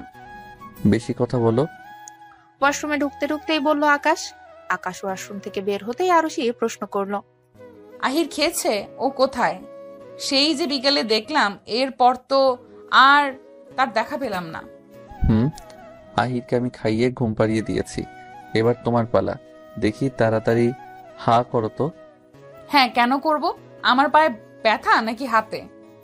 আমাকে দিন, আমি খেতে পারবো। কিন্তু আকাশ আরশির কথা কানে নিল না। সে প্লেটটা সাইডে রেখে আরশির মুখটা চেপে ধরে মুখের মধ্যে ভাতের লোকমা ঢুকিয়ে দিল। এটা কি হলো? রুকুচকে জিজ্ঞেস করলো আরশি। বেশি পাকড়ামি করার শাস্তি এবার এটা। মুখের মধ্যে নিয়ে বসে না থেকে তাড়াতাড়ি পেটের মধ্যে ঢুকাও। আরশি আর কোনো কথা না বলে মুখ গোমরা করেই খেতে লাগলো। আরশির গোমরা মুখ দেখে আকাশ হেসেই তার মুখে আবারও খাবার তুলে দিল। কিছুটা খাওয়ার পর আরশি আর খেতে পারবে না বলে জানিয়ে দিল। তাও আকাশ জোরাজোরি করে আরো 2-1 লোকমা খাইয়ে নেয়। তারপর আর না খাবে না বলে ঘোর আপত্তি জানালো। আকাশ এবার আর জোর করলো না। হুট করে আকাশের হাত ধরে বসলো আরশি। এতে আকাশ প্রশ্নবোধক দৃষ্টিতে আরশির দিকে তাকালো। কি করছেন কি এটা? কি করেছি? এই যে আমার অর্ধেক খাবারগুলো খাচ্ছেন। এটা খাবেন না, এটা ফেলে দিয়ে নতুন খাবার নিন। কেন খাবো না কেন? তুমি কি আর এতে বিষ মিশিয়েছো নাকি? তাহলে আর আমি আমাদের দুজনের জন্যই খাবার নিয়ে এসেছি, আর খাবার ফেলে দেওয়া ঠিক না। তাই চুপচাপ বসে থাকো, বেশি পাকনামি করবে না। আকাশের কথা শুনে আরশি মুখ ফিরিয়ে শুয়ে পড়লো। আকাশ খেয়ে প্লেটটা নিয়ে নিচে চলে গেল। আকাশের জন্য অপেক্ষা করতে করতে মাত্রই আরশির চোখটা লেগে এসেছিল। তখনই আকাশ তাকে ডাকলো। আরশি উঠো। কি হয়েছে? ঘুম জড়ানো কণ্ঠেই জিজ্ঞেস করলো আরশি। ছাদে যাবে এই সময়ে? চলো না, দেখো বাইরে চাঁদের আলোতে কি সুন্দর লাগছে পরিবেশটাকে। আরশি কিচ্ছু না বলে বিছানা থেকে উঠে দাঁড়ালো। আরশি দাঁড়াতেই আকাশ তাকে কোলে তুলে নিল। আরুষির চোখে এতক্ষণ যাও একটু ঘুম ছিল, আকাশের কাজে সেটা উবে গেল। কি করছেন বলুন তো? আপনি আবার আমাকে কোলে নিয়েছেন? তোমার তো তুলার বস্তাকে কোলে নিতে বেশ ভালোই লাগে। ইচ্ছে করে সারাদিন কোলে তুলে ঘুরে বেড়াই, কিন্তু তা তো সম্ভব নয়। তাই যখন সুযোগ পাই তখনই তুলে নেই। আরুষি বুঝতে পারলো না আকাশ তার প্রশংসা করলো নাকি অপমান। আকাশের কথা বিশ্লেষণ করতে করতেই আকাশ কবে যে তাকে ছাদে নিয়ে এসেছে সেটা আরুষি খেয়ালই করেনি। যখন আকাশ তাকে দোলনার মধ্যে বসিয়ে দিল তখনই আরুষির খেয়াল হলো। আরুষি আশেপাশে তাকিয়ে দেখলো চাঁদের আলোয় চারিপাশ আলোকিত হয়ে আছে। আকাশ এসে আরুষির পাশে বসলো। আকাশটা চাঁদের আলোয় সুন্দর লাগছে না? একটু অন্যমনস্ক হয়ে বলল আরুষি, যা আকাশ ঠিকই খেয়াল করলো। কি হলো আরুষি, কিছু চিন্তা করছো? ইলার কথা ভাবছিলাম। কেন? ওর কথা কেন ভাবছো তুমি? একটু বিরক্ত নিয়েই বলল আকাশ। আপনি ইলার সাথে বিয়ে করতে যে অস্বীকার করেছেন, তারপর তো তার সাথে কথাই বলেননি। আপনার কি এটা উচিত হয়েছে? আপনার একবার তার সাথে কথা বলা উচিত ছিল। আরুষি, এইসব বাজে কথা চিন্তা করা বন্ধ করো। শুধু শুধু বাজে জিনিস নিয়ে চিন্তা করে কেন নিয়ে নিজের রাতের ঘুম নষ্ট করবে? আর শোনো, আমি যা করছি ভেবেচিন্তেই করছি, আর সাথে কথা না বলারও কারণ আছে। এখন তুমি এসব কথা আর বলো না তো, পরিবেশের সৌন্দর্য উপভোগ করো। আকাশ আরুষির মাথাটা নিজের কাঁধে রেখে এক হাতে তাকে জড়িয়ে ধরলো। এত চিন্তা করো না আরুষি, আমি আছি তো। এরপর একদম চুপ। আরুষি বা আকাশ কেউই কোনো কথা বলল না, চুপচাপ চাঁদের সৌন্দর্য উপভোগ করতে লাগলো। কিছুক্ষণ পর আকাশ খেয়াল করলো আরুষি ঘুমিয়ে পড়েছে। আকাশ এসেই আরুষিকে আবারও কোলে তুলে নিল, বিছানায় যত্ন করে শুইয়ে দিল আরুষিকে। এরপর আরুষির পাশে বসে তার মাথায় হাত বুলিয়ে দিতে দিতে বিড়বিড় করে বলল, তুমি চাঁদের মতো শীতল, সেই সাথে অরুণের ন্যায় রঙিন, পবিত্র, আলোকিত। তুমি সকালের অরুণের মতো মিষ্টি। অরুণ যেমন রাতের সকল অন্ধকার দূর করে চারদিকে আলোকিত করে, তেমনি তোমার আগমনে আমাদের জীবনও আলোকিত হয়ে গিয়েছে। ফোনের শব্দে আকাশের ধ্যান ভাঙলো। সে আরুষির পাশ থেকে উঠে বারান্দায় চলে গেল। কোথায় ছিলি? কাজ হয়েছে? কিন্তু কোনো সমস্যা যদি হয়? তোর এসব নিয়ে না ভাবলেও চলবে। তোকে যেটা করতে বলেছি শুধু সেটাই কর। তুই শুধু আমার কথা মতো কাজ করতে থাক, দেখবি সব আমাদের ফেভারে হবে। কিন্তু এতে লাভ? অনেক বড় লাভ আছে, ওসব তুই বুঝবি না। তুই শুধু কাজ কর। আচ্ছা। আর শোন, যা করবি একদম চুপিসারি করবি, যেন কেউ টের না পায়। ফোন রেখে দিয়ে আকাশ চাঁদের দিকে তাকিয়ে কিছু একটা ভাবলো। তারপর পেছনে ফিরে ঘুমন্ত আরুষির দিকে তাকালো। বাইরে ঝুম বৃষ্টি। বাড়িতে এখন শুধু আরুষিই আছে। শিলা তার বাড়ি গেছে আজ 2 দিন হলো। তার ফিরতে আরো 6-7 দিন লাগবে। ইলাও কোথায় যেন চলে গেছে। আকাশ অফিসে আর আহির স্কুলে। আরুষির বৃষ্টিতে ভিজতে খুব ইচ্ছে করছে, তাই তো সে তার ইচ্ছেকে প্রাধান্য দিয়ে ছাদে চলে গেল। বৃষ্টির কারণে আশেপাশে কেউ নেই, পুরো ছাদে আরুষি একা। আর সে সুযোগই আরুষি নিজের মন মতো ভিজে চলেছে। হুট করে কেউ একজন আরুষিকে টেনে নিচে নিয়ে যেতে লাগলো। মানুষটা কে তা বুঝতে বুঝতে আরুষি নিজেকে ঘরে আবিষ্কার করলো। এই মেয়ে, তোমার কি বোধ বুদ্ধি নেই? এই বৃষ্টির মধ্যে কি কেউ ভিজে? মাথা কি খারাপ হয়ে গিয়েছে? কিন্তু আরুষি আকাশের কোনো কথাই কানে নিল না। সে মুখ ফুলিয়ে বলল, আমাকে কেন নিয়ে এসেছেন? কত সুন্দর বৃষ্টিতে ভিজছিলাম, আর আপনি আমাকে আনন্দের নিজের বাম হাত ঢুকিয়ে সব আনন্দ মাটি করে দিলেন। কি আমি তোমার আনন্দে নিজের বাম হাত ঢুকিয়েছি? তা নয় তো কি, পচা লোক একটা। আরুষি বাচ্চাদের মতো মুখ ফুলিয়েই ঘরে চলে এলো। আকাশ এখনো হাঁ করে আরুষির দিকেই তাকিয়ে আছে। চুল মুছতে মুছতে নিচে নামলো আরুষি। রান্নাঘরে টুংটাং শব্দ পেয়ে তাড়াতাড়ি রান্নাঘরে গেল। আপনি এখানে কি করছেন? খাবার গরম করছিলাম। তুমি তো ভিজে নিজের অবস্থা খারাপ করে রেখেছো, তাই ভাবলাম আমি না হয় এই কাজটা করি। দেখি এদিকে এসো। কেন? আরে আসতে বলেছি আসবে, তা না করে এত কথা কেন বলছো? আকাশ আরুষিকে টেনে এনে সোফায় বসালো। আরুষি জিজ্ঞাসু দৃষ্টিতে আকাশের দিকে তাকিয়ে তার কাজ দেখছে। আকাশ আরুষির হাত থেকে টাওয়ালটা নিয়ে যত্ন সহকারে তার চুলগুলো মুছতে লাগলো। এখনো কি তুমি ছোট বাচ্চা? নিজের চুলটাও এখনো পর্যন্ত ঠিক মতো মুছতে পারো না? সব ঠিক, শুধু নিজের বেলায় অবহেলা। কে বলেছিল বৃষ্টিতে ভিজতে? এখন যদি জ্বর হয় তখন? আরশি আকাশের কথা শুনে রাগ বা বিরক্ত হওয়ার কথা, কিন্তু না, আরশি হাসছে। তার আকাশের কথাগুলো শুনতে ভালোই লাগছে। আমি তোমাকে সিরিয়াস কথা বলছি আর তুমি হাসছো। আমার আপনার কথাগুলো ভালো লাগছে তাই হাসছি। আরো একটু বকুন না, আমার শুনতে ভালো লাগছে। আরশির কথা শুনে আকাশের চোখ বেরিয়ে আসার উপক্রম। এই মেয়ে, বৃষ্টিতে ভিজে কি তোমার মাথা খারাপ হয়ে গিয়েছে নাকি বাস্তাস পড়েছে মাথায়? এসব কি বলছো? মানুষ বকলে রাগে না হয় কান্না করে, কিন্তু তুমি উল্টো বলছো আরো বকতে। তোমার নাকি ভালো লাগলো? রিয়েলি? লাগছে তো। আসলে আজ পর্যন্ত কেউ আমাকে এত কেয়ার করেনি, এত মায়া নিয়ে কেউ বকেনি, তাই ভালো লাগছে। তুমিও না সিরিয়াস মোমেন্টটাকে ইমোশনাল বানিয়ে দাও। দূর, ভালো লাগে না। শোনো, আর এসব ইমোশনাল কথা বলবে না। তোমার এসব ইমোশনাল কথা শুনে আমার চোখগুলো আর চোখ থাকে এক একটা বিশাল সাগরে পরিণত হয়। আকাশের কথা শুনে আরশির মুখে হাসি ফুটে উঠল। এই ঝুম বৃষ্টির মধ্যেও বিকেলে আকাশ এক গাদা বাজার এনেছে।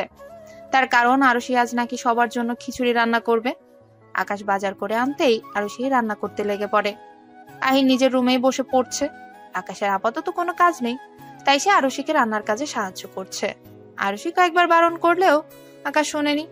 পরে আরশিও আর বেশি জোর করলো না। নিচে বসে মাছ কাটছে আরশি, আর আকাশ তার পাশে বসে সবজি কাটছে।